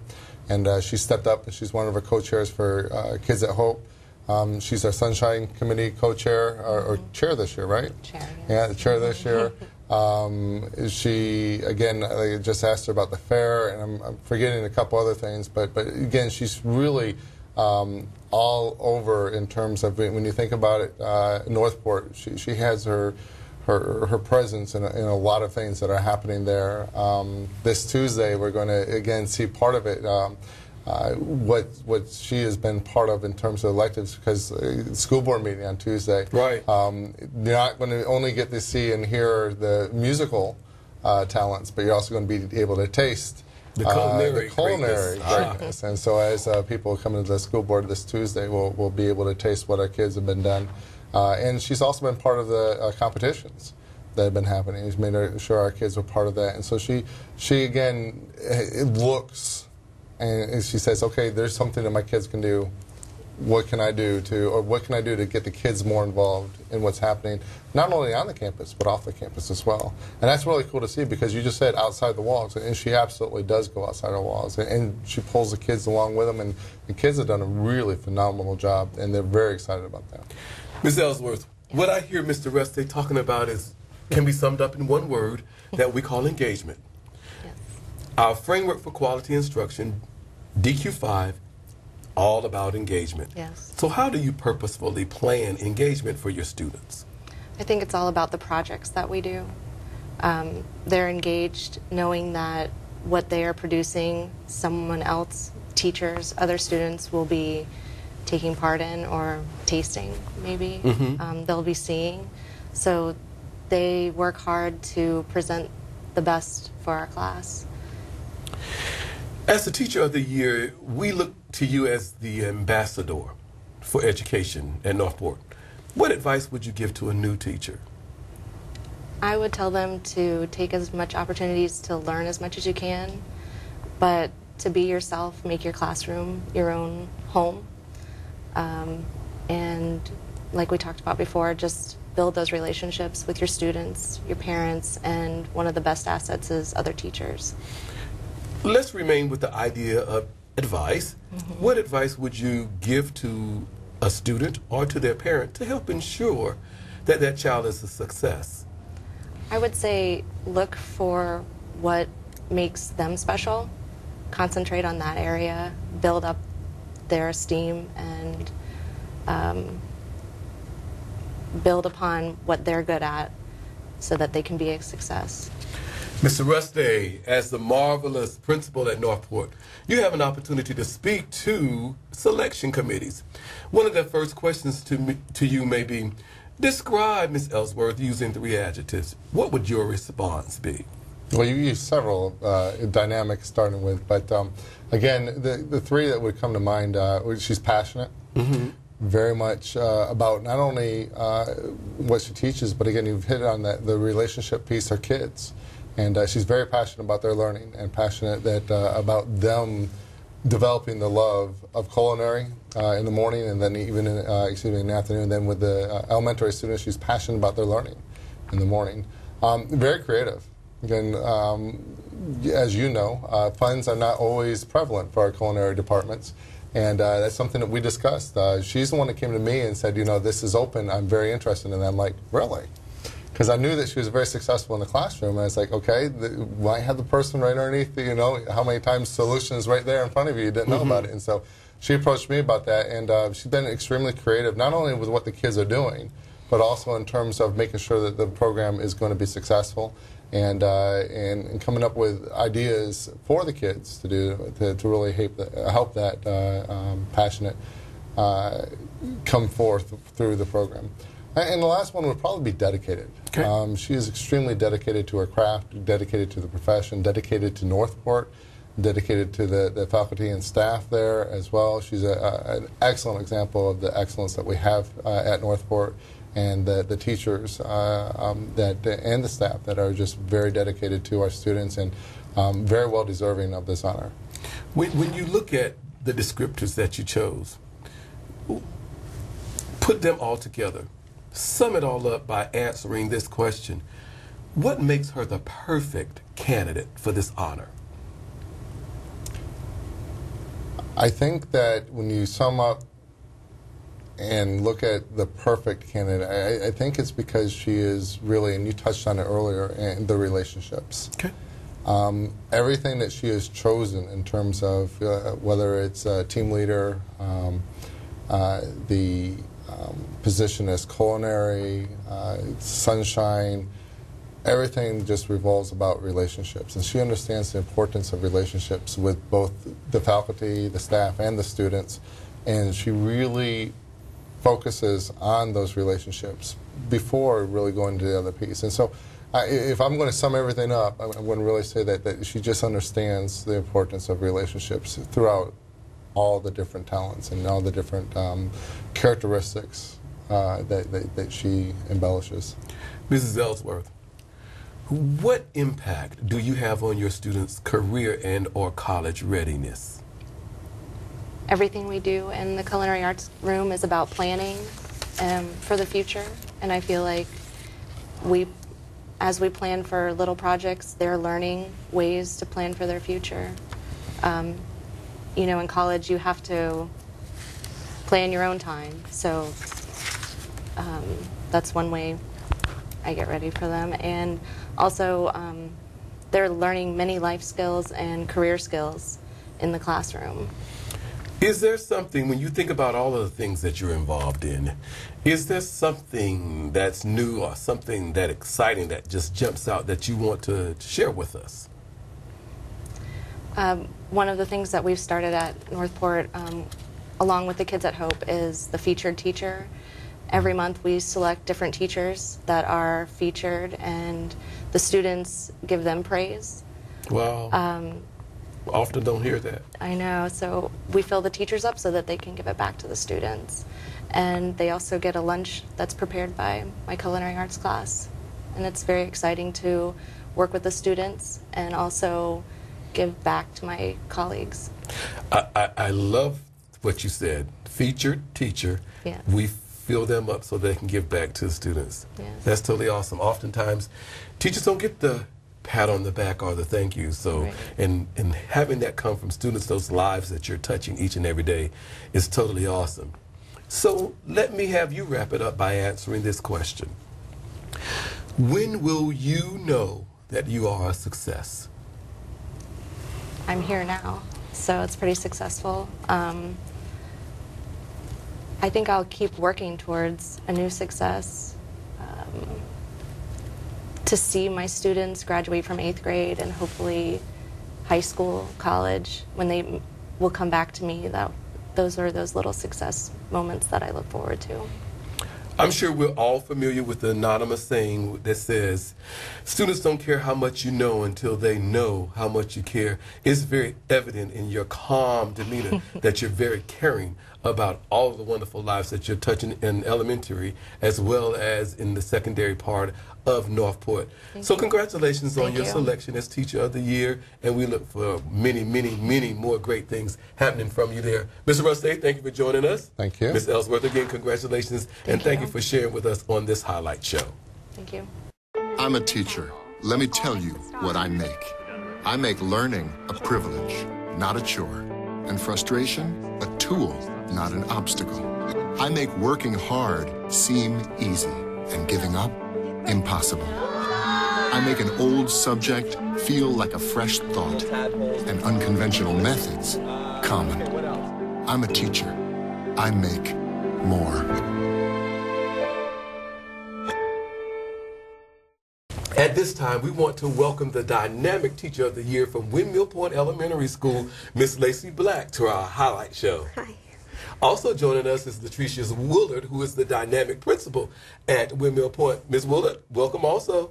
Hi, Dr. Perry. How are you? I'm awesome. Thank you for asking. It is indeed a pleasure for us to have the opportunity to introduce you to our viewing audience so that they'll know those persons that represent the dynamic teaching field that we have in St. Lucie Public Schools.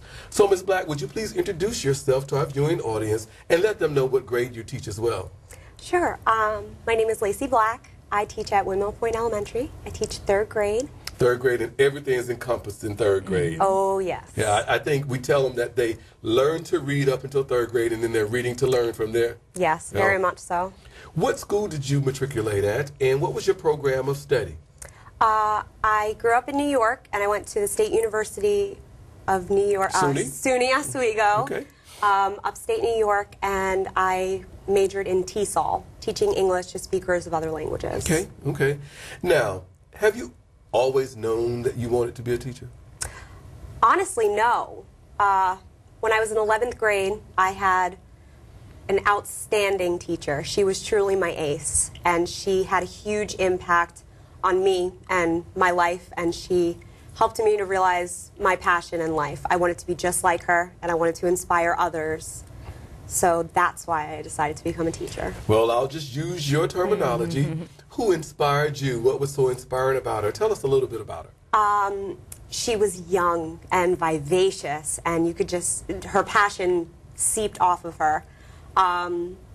She helped me in a subject that I struggled with, and I had no engagement whatsoever until I met her. It was math, high school math, and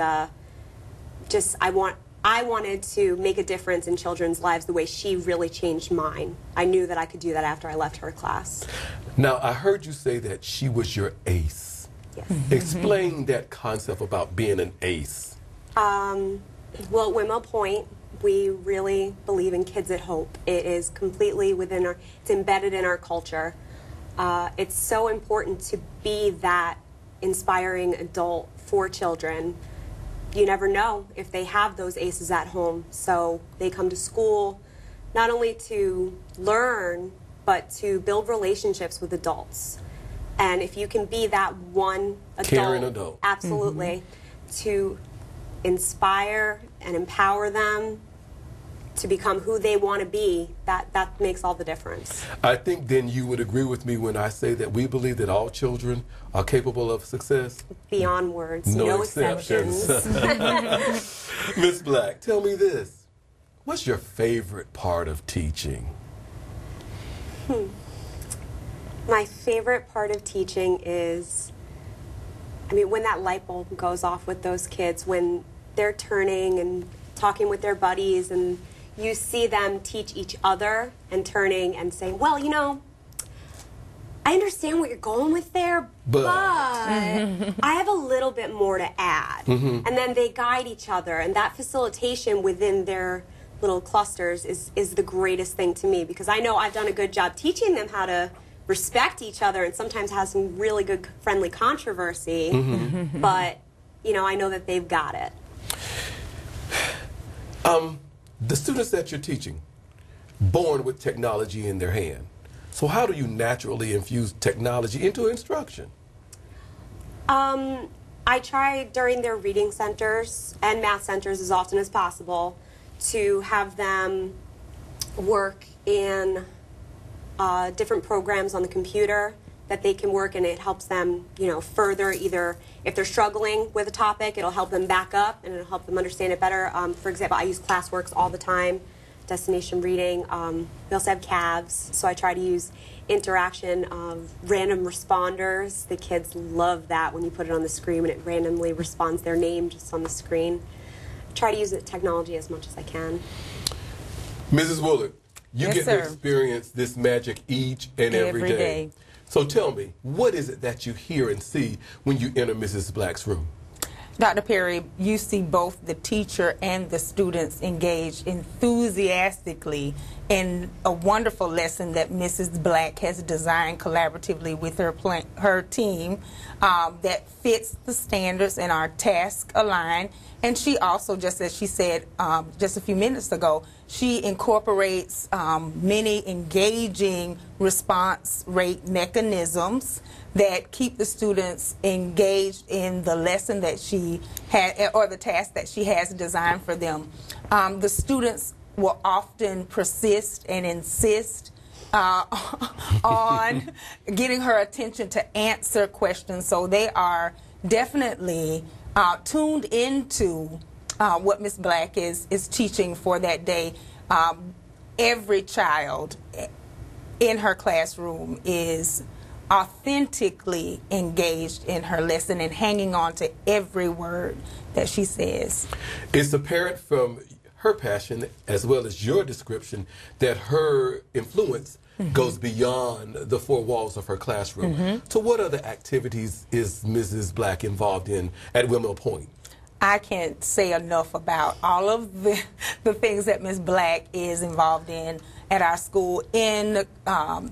In cooperation with our school improvement plan, Ms. Black is a collaborative facilitator for her team. So she leads her team in collaborative planning. She helps them to focus on standards-based instruction, as well as she is a lead on our assessment team, where she is digging into the Florida standards assessment and question design and making sure that she understands how the questions are being asked so that she can deliver that understanding not only to her team but also to her students.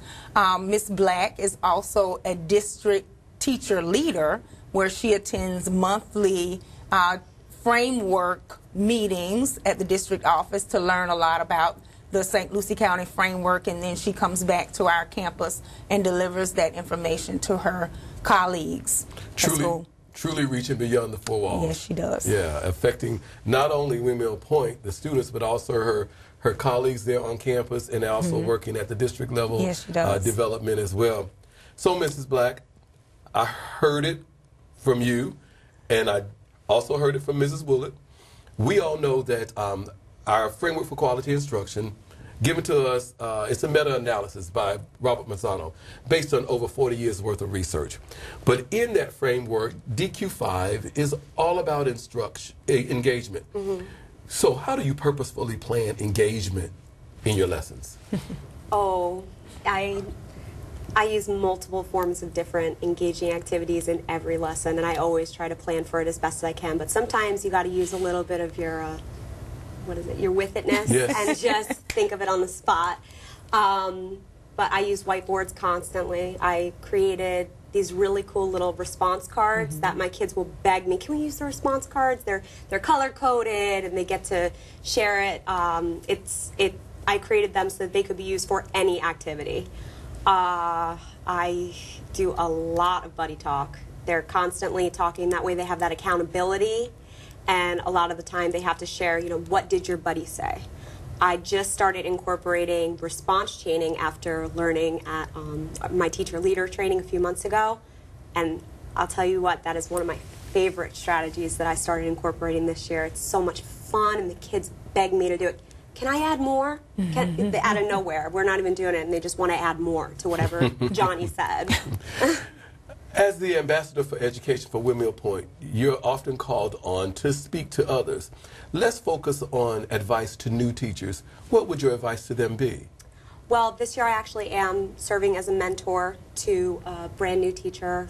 She's on my 3rd grade team, and I frequently help her with things like parent issues, how to deal with difficult behaviors in her classroom and how to manage that, how to make, sometimes she'll have questions of, I don't know exactly how to teach that. Okay. I understand, but how do you deliver that to your kids so that they comprehend? And we'll spend a lot of time breaking it down and talking about it. So, I mean, her, because she's my mentee, but any other I understand. newer teacher, I always try to make myself available, or experienced teacher as well. Yeah. Touching the entire campus.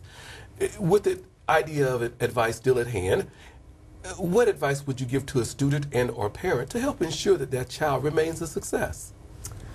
Every year, I always try to meet at the very beginning of the year with every single family that I can. All the willing that will come in, whether it's a struggling student or an advanced student, and I always describe the different things that child's going to be learning throughout the year. I also try to keep consistent conversations with parents to let them know this is where your student is being successful, and this is where you could focus at home and do a little extra practice, and these are the ways that you could go about that. I'd be happy to assist you in any way so that they could improve or anything. High expectations, high goals, so they all know what their goals are. All students have goals. Mrs. Woolard, yes, sir. Play along with me. We're going to fast forward to the future. We're past the Teacher of the Year selection for the district, for the state of Florida, and now the National Committee is calling you about Lacey Black. Their first question is going to be, describe Mrs. Black using 3 adjectives. What would you say? Ms. Black is strongly motivated. She is a dedicated educator, and she is definitely reflective in her instructional practice. When it comes to reaching all students, she wonders, what can I do? What did I do? And she wants to make sure that she tweaks and changes her instructional practice to reach every single child in her classroom so that they show growth. Motivated, dedicated, reflective. The committee will hear that, but then they're going to follow up and say, okay, Mrs. Woolard, we hear that, we understand that, but what makes her the perfect candidate for this honor? I really honestly and truly believe that Mrs. Black is an outstanding educator because she believes in and exhibits and exudes the district's motto of every child, every day. And she may be a rookie in the number of years that she's been teaching, but she is definitely not a novice when it comes to the educational and instructional practices that it takes to be an exceptional and outstanding and the premier teacher for the nation. I really believe that. Okay, Mrs. Black, tell me, what impact do you have on students' ability to be career and or college ready? Well, I think that following the standards and making sure that every student is being successful in the standard that's being taught and recognizing when they're not and looking back, you know, what's the disconnect here? Why is that this student not being successful on this standard, and perhaps just looking back at what was taught prior, the year before that, really helps me to help them be successful in 3rd grade so that they'll continue to be successful in 4th grade, 5th grade, and so on, so that we can continue to close the achievement gap. Because how can they comprehend and be successful in 3rd grade if they're still deficient in skills that they were in prior years? And definitely goal setting and future forward thinking, believing strongly in Kids at Hope, and thinking of the destination points for the students in their future. It's important for them to know, what do you want to be when you grow up? Not just, I want to be a singer, you know, which is a fantastic goal and it's great, but realistically, let's set some goals here. What do you want to be when you grow up? And what things are you going to do in order to achieve that? You have to go to college a lot of the time. Majority of these careers out there, there are those exceptions out there, of course, but I always tell them, even if you know you're going to be in the NBA and you're going to be in the next LeBron, how about you go to college first and make sure you get noticed there? Find a passion. So I try my best. Okay. Here's my final question for you. When will you know that you are a success? That I'm a success? That you are a success.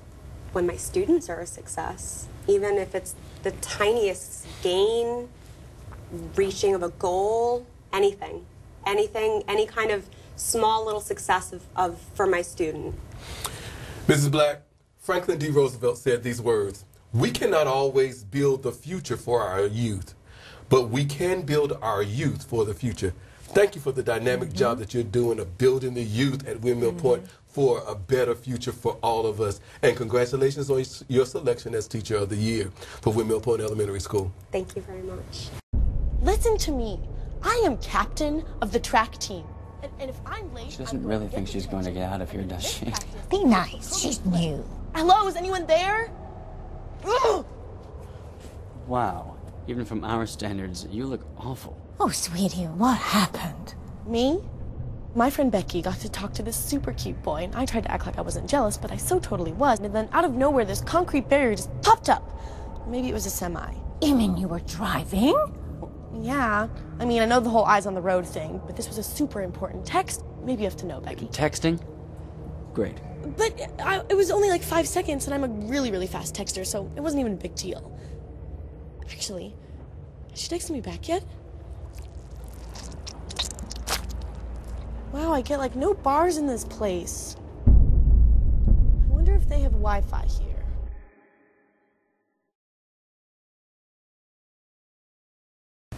At this time, we want to welcome to our Teacher of the Year highlight show, Ms. Jacqueline Harris, who's the Dynamic Teacher of the Year for Village Green Environmental Studies School. Welcome to our highlight. Thank you. Joining us also from Village Green is the fabulous principal, Ms. Aretha Burnett. Ms. Burnett, welcome to our highlight show. Thank you. Thank you for having me.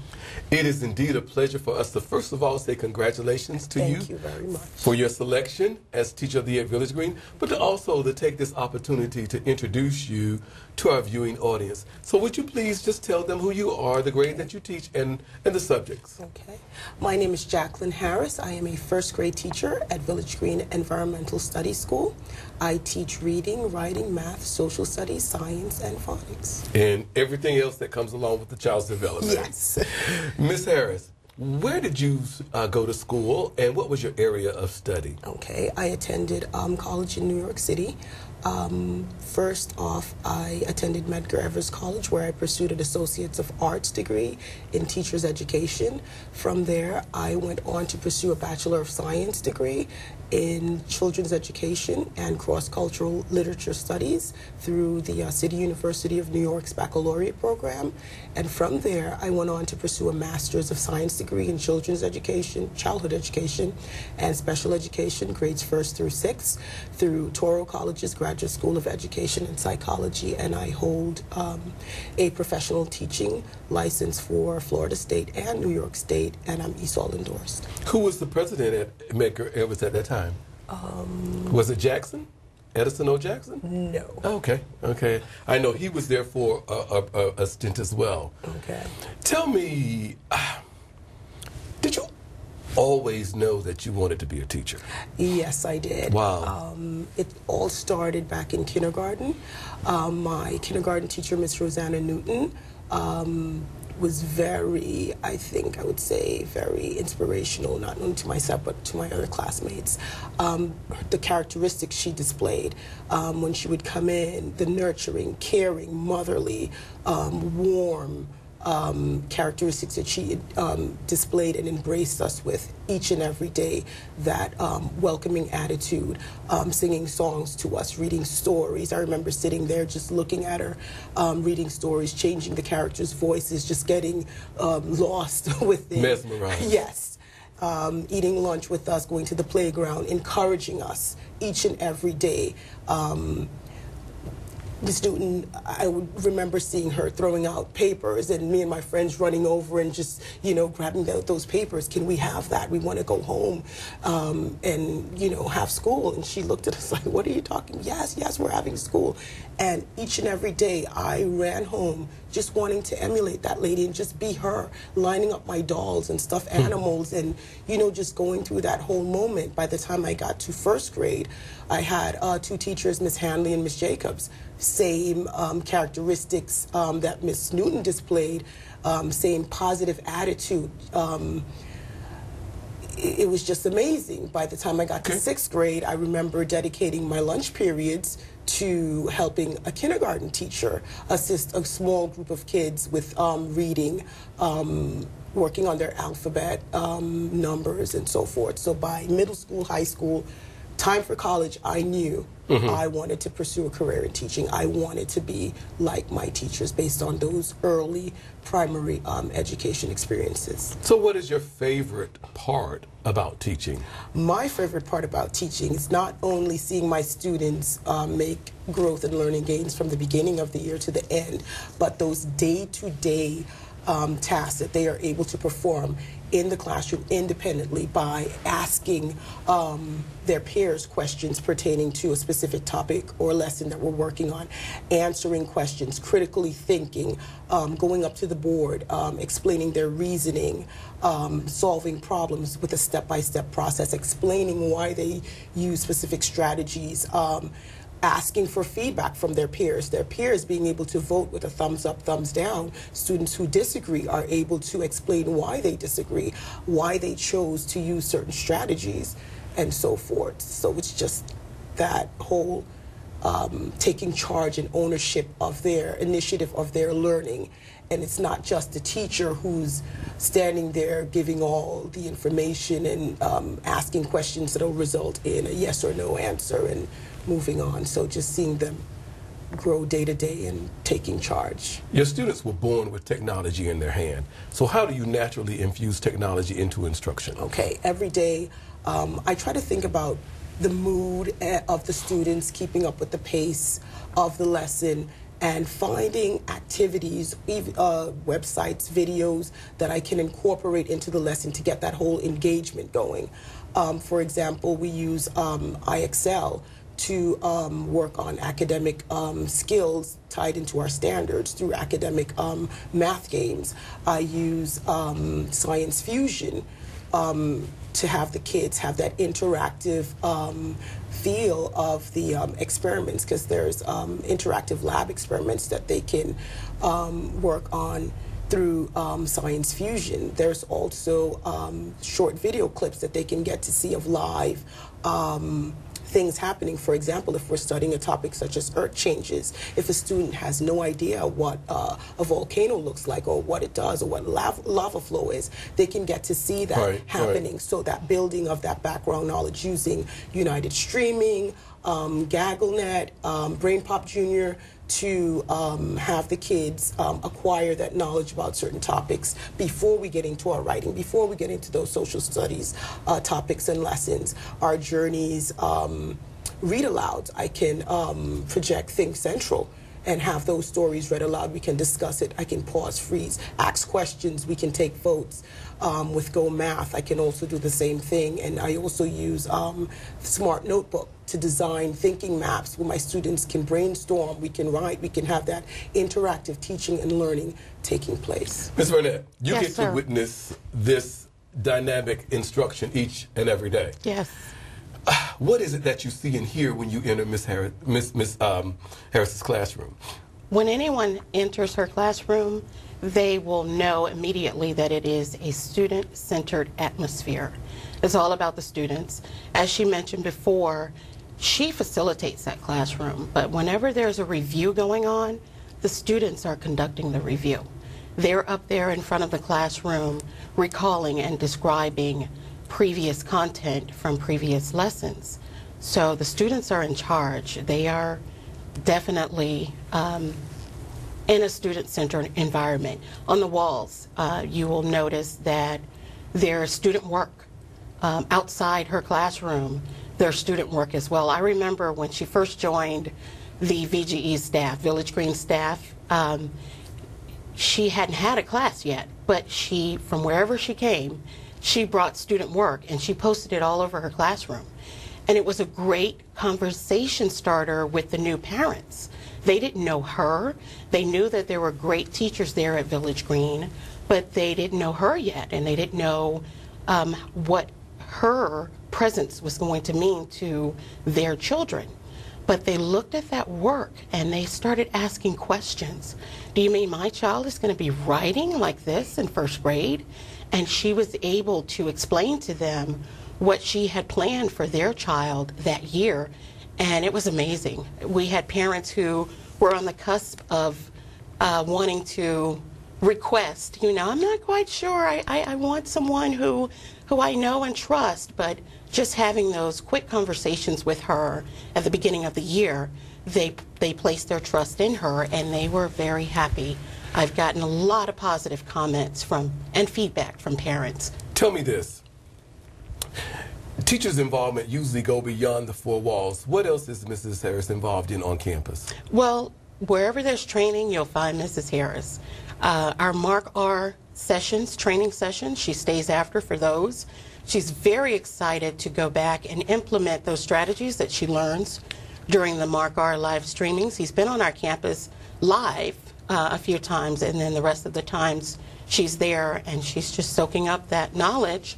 And also whenever we have a parent night, Mrs. Harris is there. She will present. She will help in any way, any capacity that she can.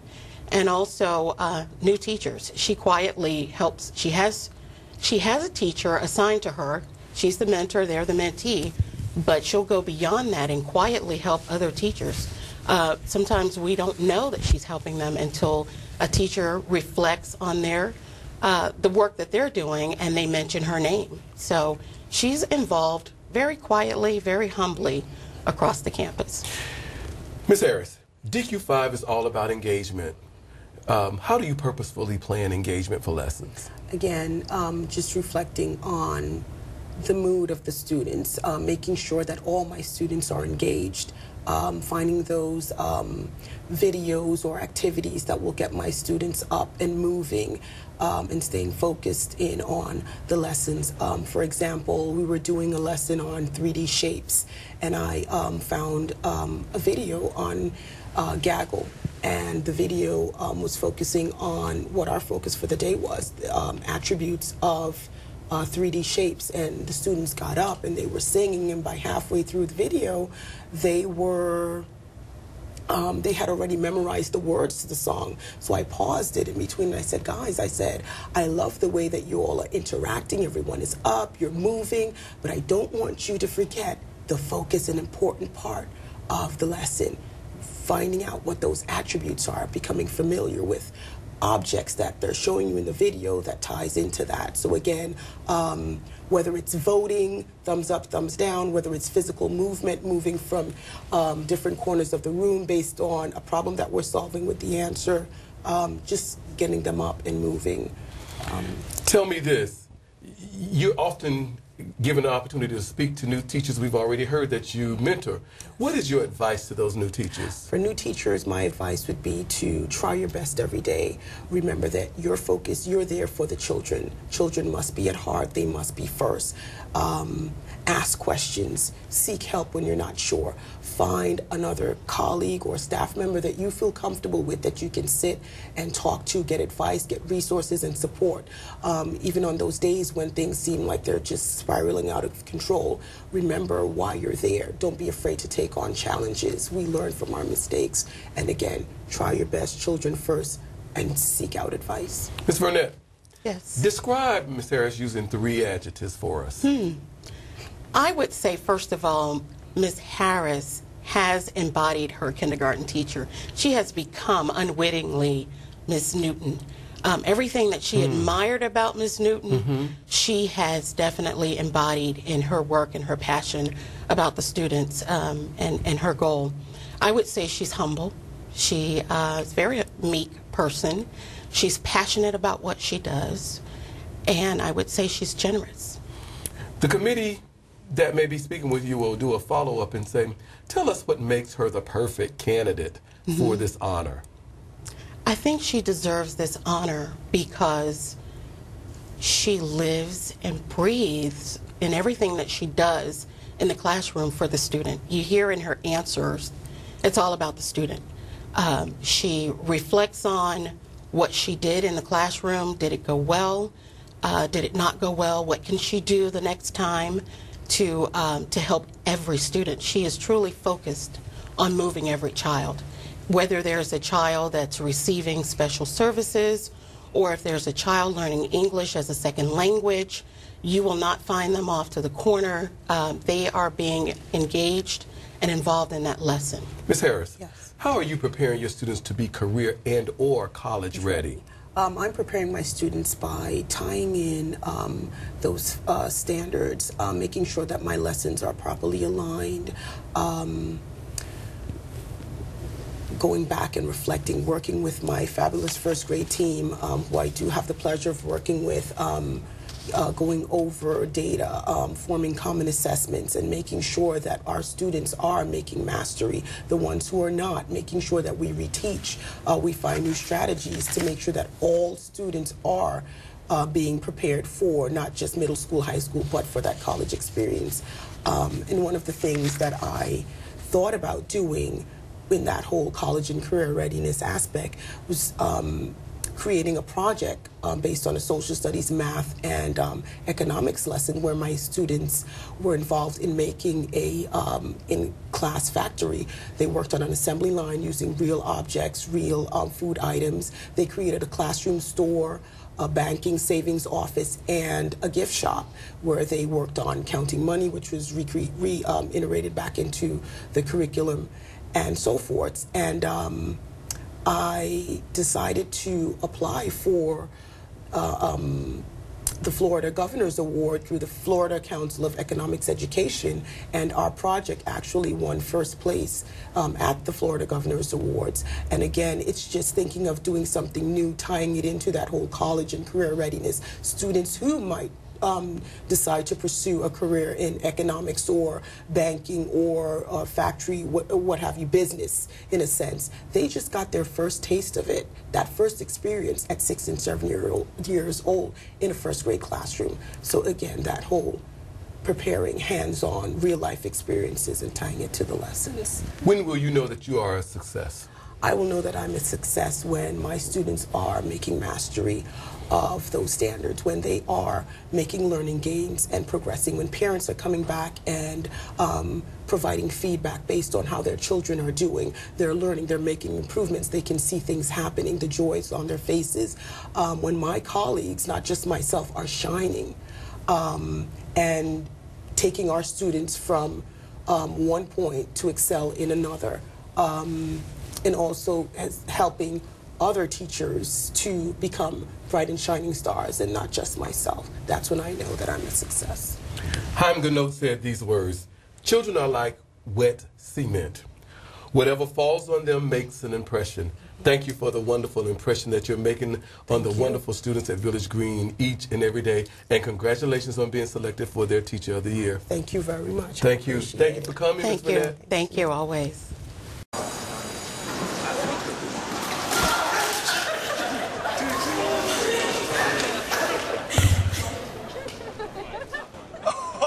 That's slow. That's slow. That's slow. Look, he's blushing.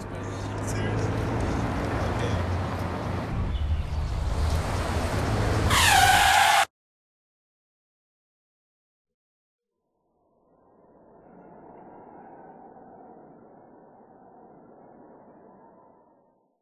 At this time, we want to welcome to our Teacher of the Year highlight show, Ms. Gina Daigle, who's the dynamic Teacher of the Year for our Performance-Based Preparatory Academy. Welcome to our highlight show. Thank you, Dr.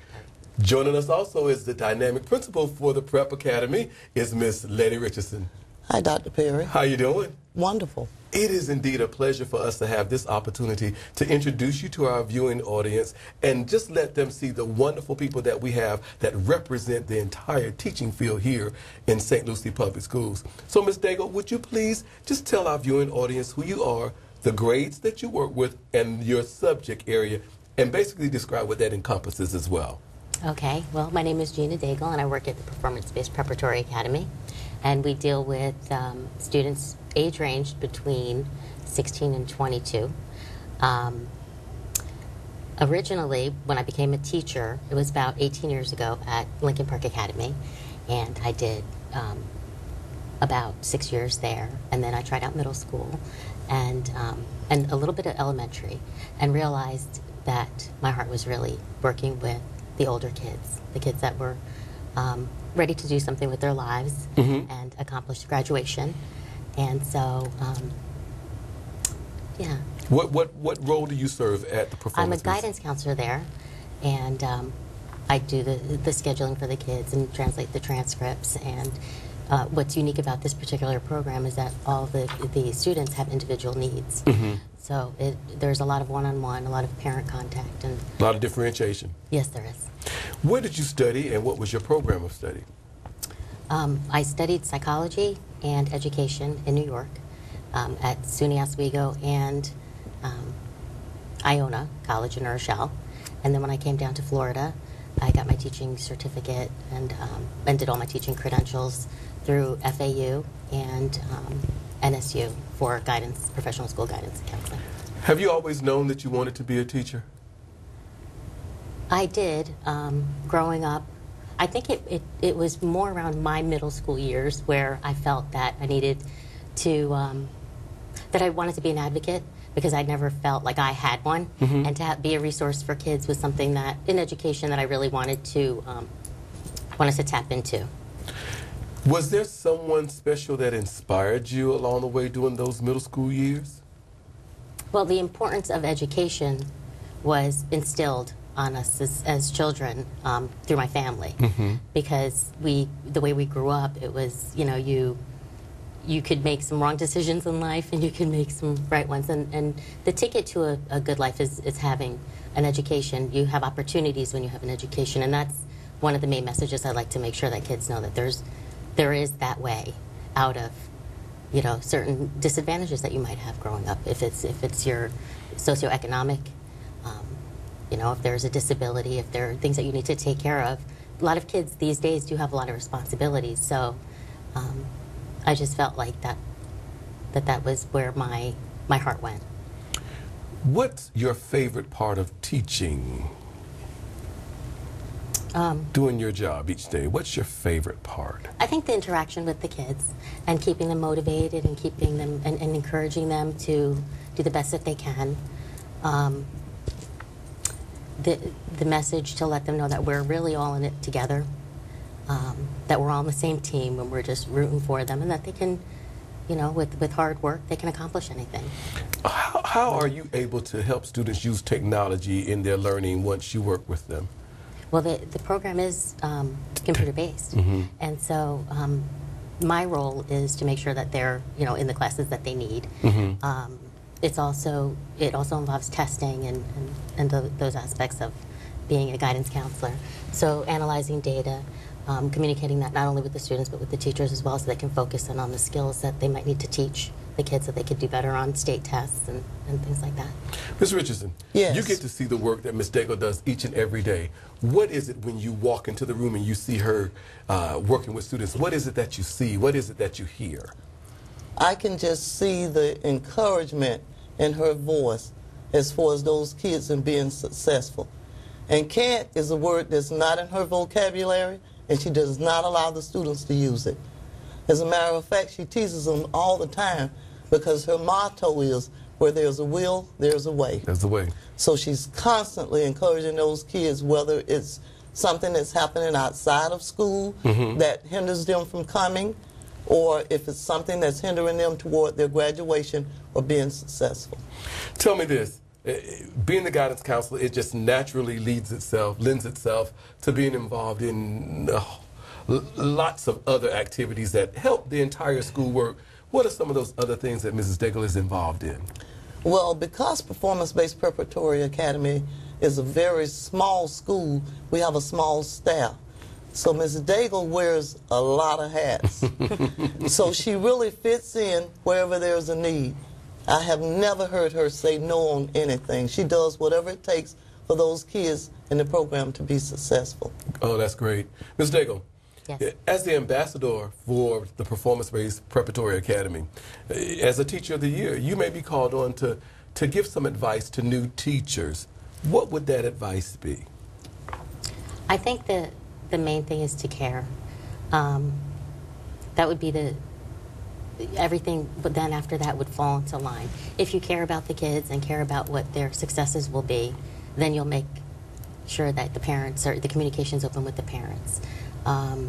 You'll see their test scores and get with the teachers and collaborate with the with the peers. But I think keeping the communication lines open and making sure that there's a proactive approach, not anything too passive, because you have to invest in yourself as a teacher, and when you do that, then the kids know that you're investing in them, and they do what it takes.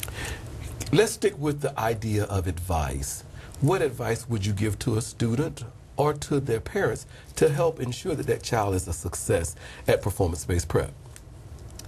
To never give up. It's never too late to keep your child motivated in attendance. And like I said a little earlier, because of the uniqueness of the program, the kids come with a variety of different needs, and it's it's just being always fully conscious of the importance of your education. Love the learning. Take advantage of the fact that you have these resources, and everybody's here to help. Ms. Richardson, as the principal for Performance-Based Preparatory Academy, I want to ask you to simply describe Ms. Daigle using 3 adjectives. What would your response be? Compassionate, Guidance counselor. honest, and very resourceful. Awesome. Compassionate, honest, resourceful. The follow-up question to that would then be, so what makes her the perfect candidate for this honor? Because of the uniqueness of performance-based, and we have kids coming in daily. So Mrs. Daigle has to constantly stay up on the different cohorts to make sure that when she gives the kids their requirements, that she's giving that kid exactly what that particular student needs. So she sort of tailors each one's schedule according to their needs, because like she stated before, kids come in with so many different needs in our programs. Differentiation at its best. At its best. Ms. Daigle, each and every day, because of the work that you do with students, preparing them, using differentiation for whatever it is that they may need for where their specific position is in their educational career, how are you preparing them, making sure that they're ready for career or college? I think that, well, the first thing is always to be honest with the kids. They might not be college bound. They might be, need to choose a vocation. So it's just being honest with themselves and being honest with them and what their grades and what their performance will allow them to do and what doors will be open to them. But we do regularly go over whatever test dates are coming up, whether it's ACT, FCAT, whatever alternative tests there are. The application process to different colleges, working with them through those essays, and writing letters of recommendation, and just transcript, all of everything, anything that encompasses to the advantage of the child, to make sure that they're going down the path that they need to be productive citizens.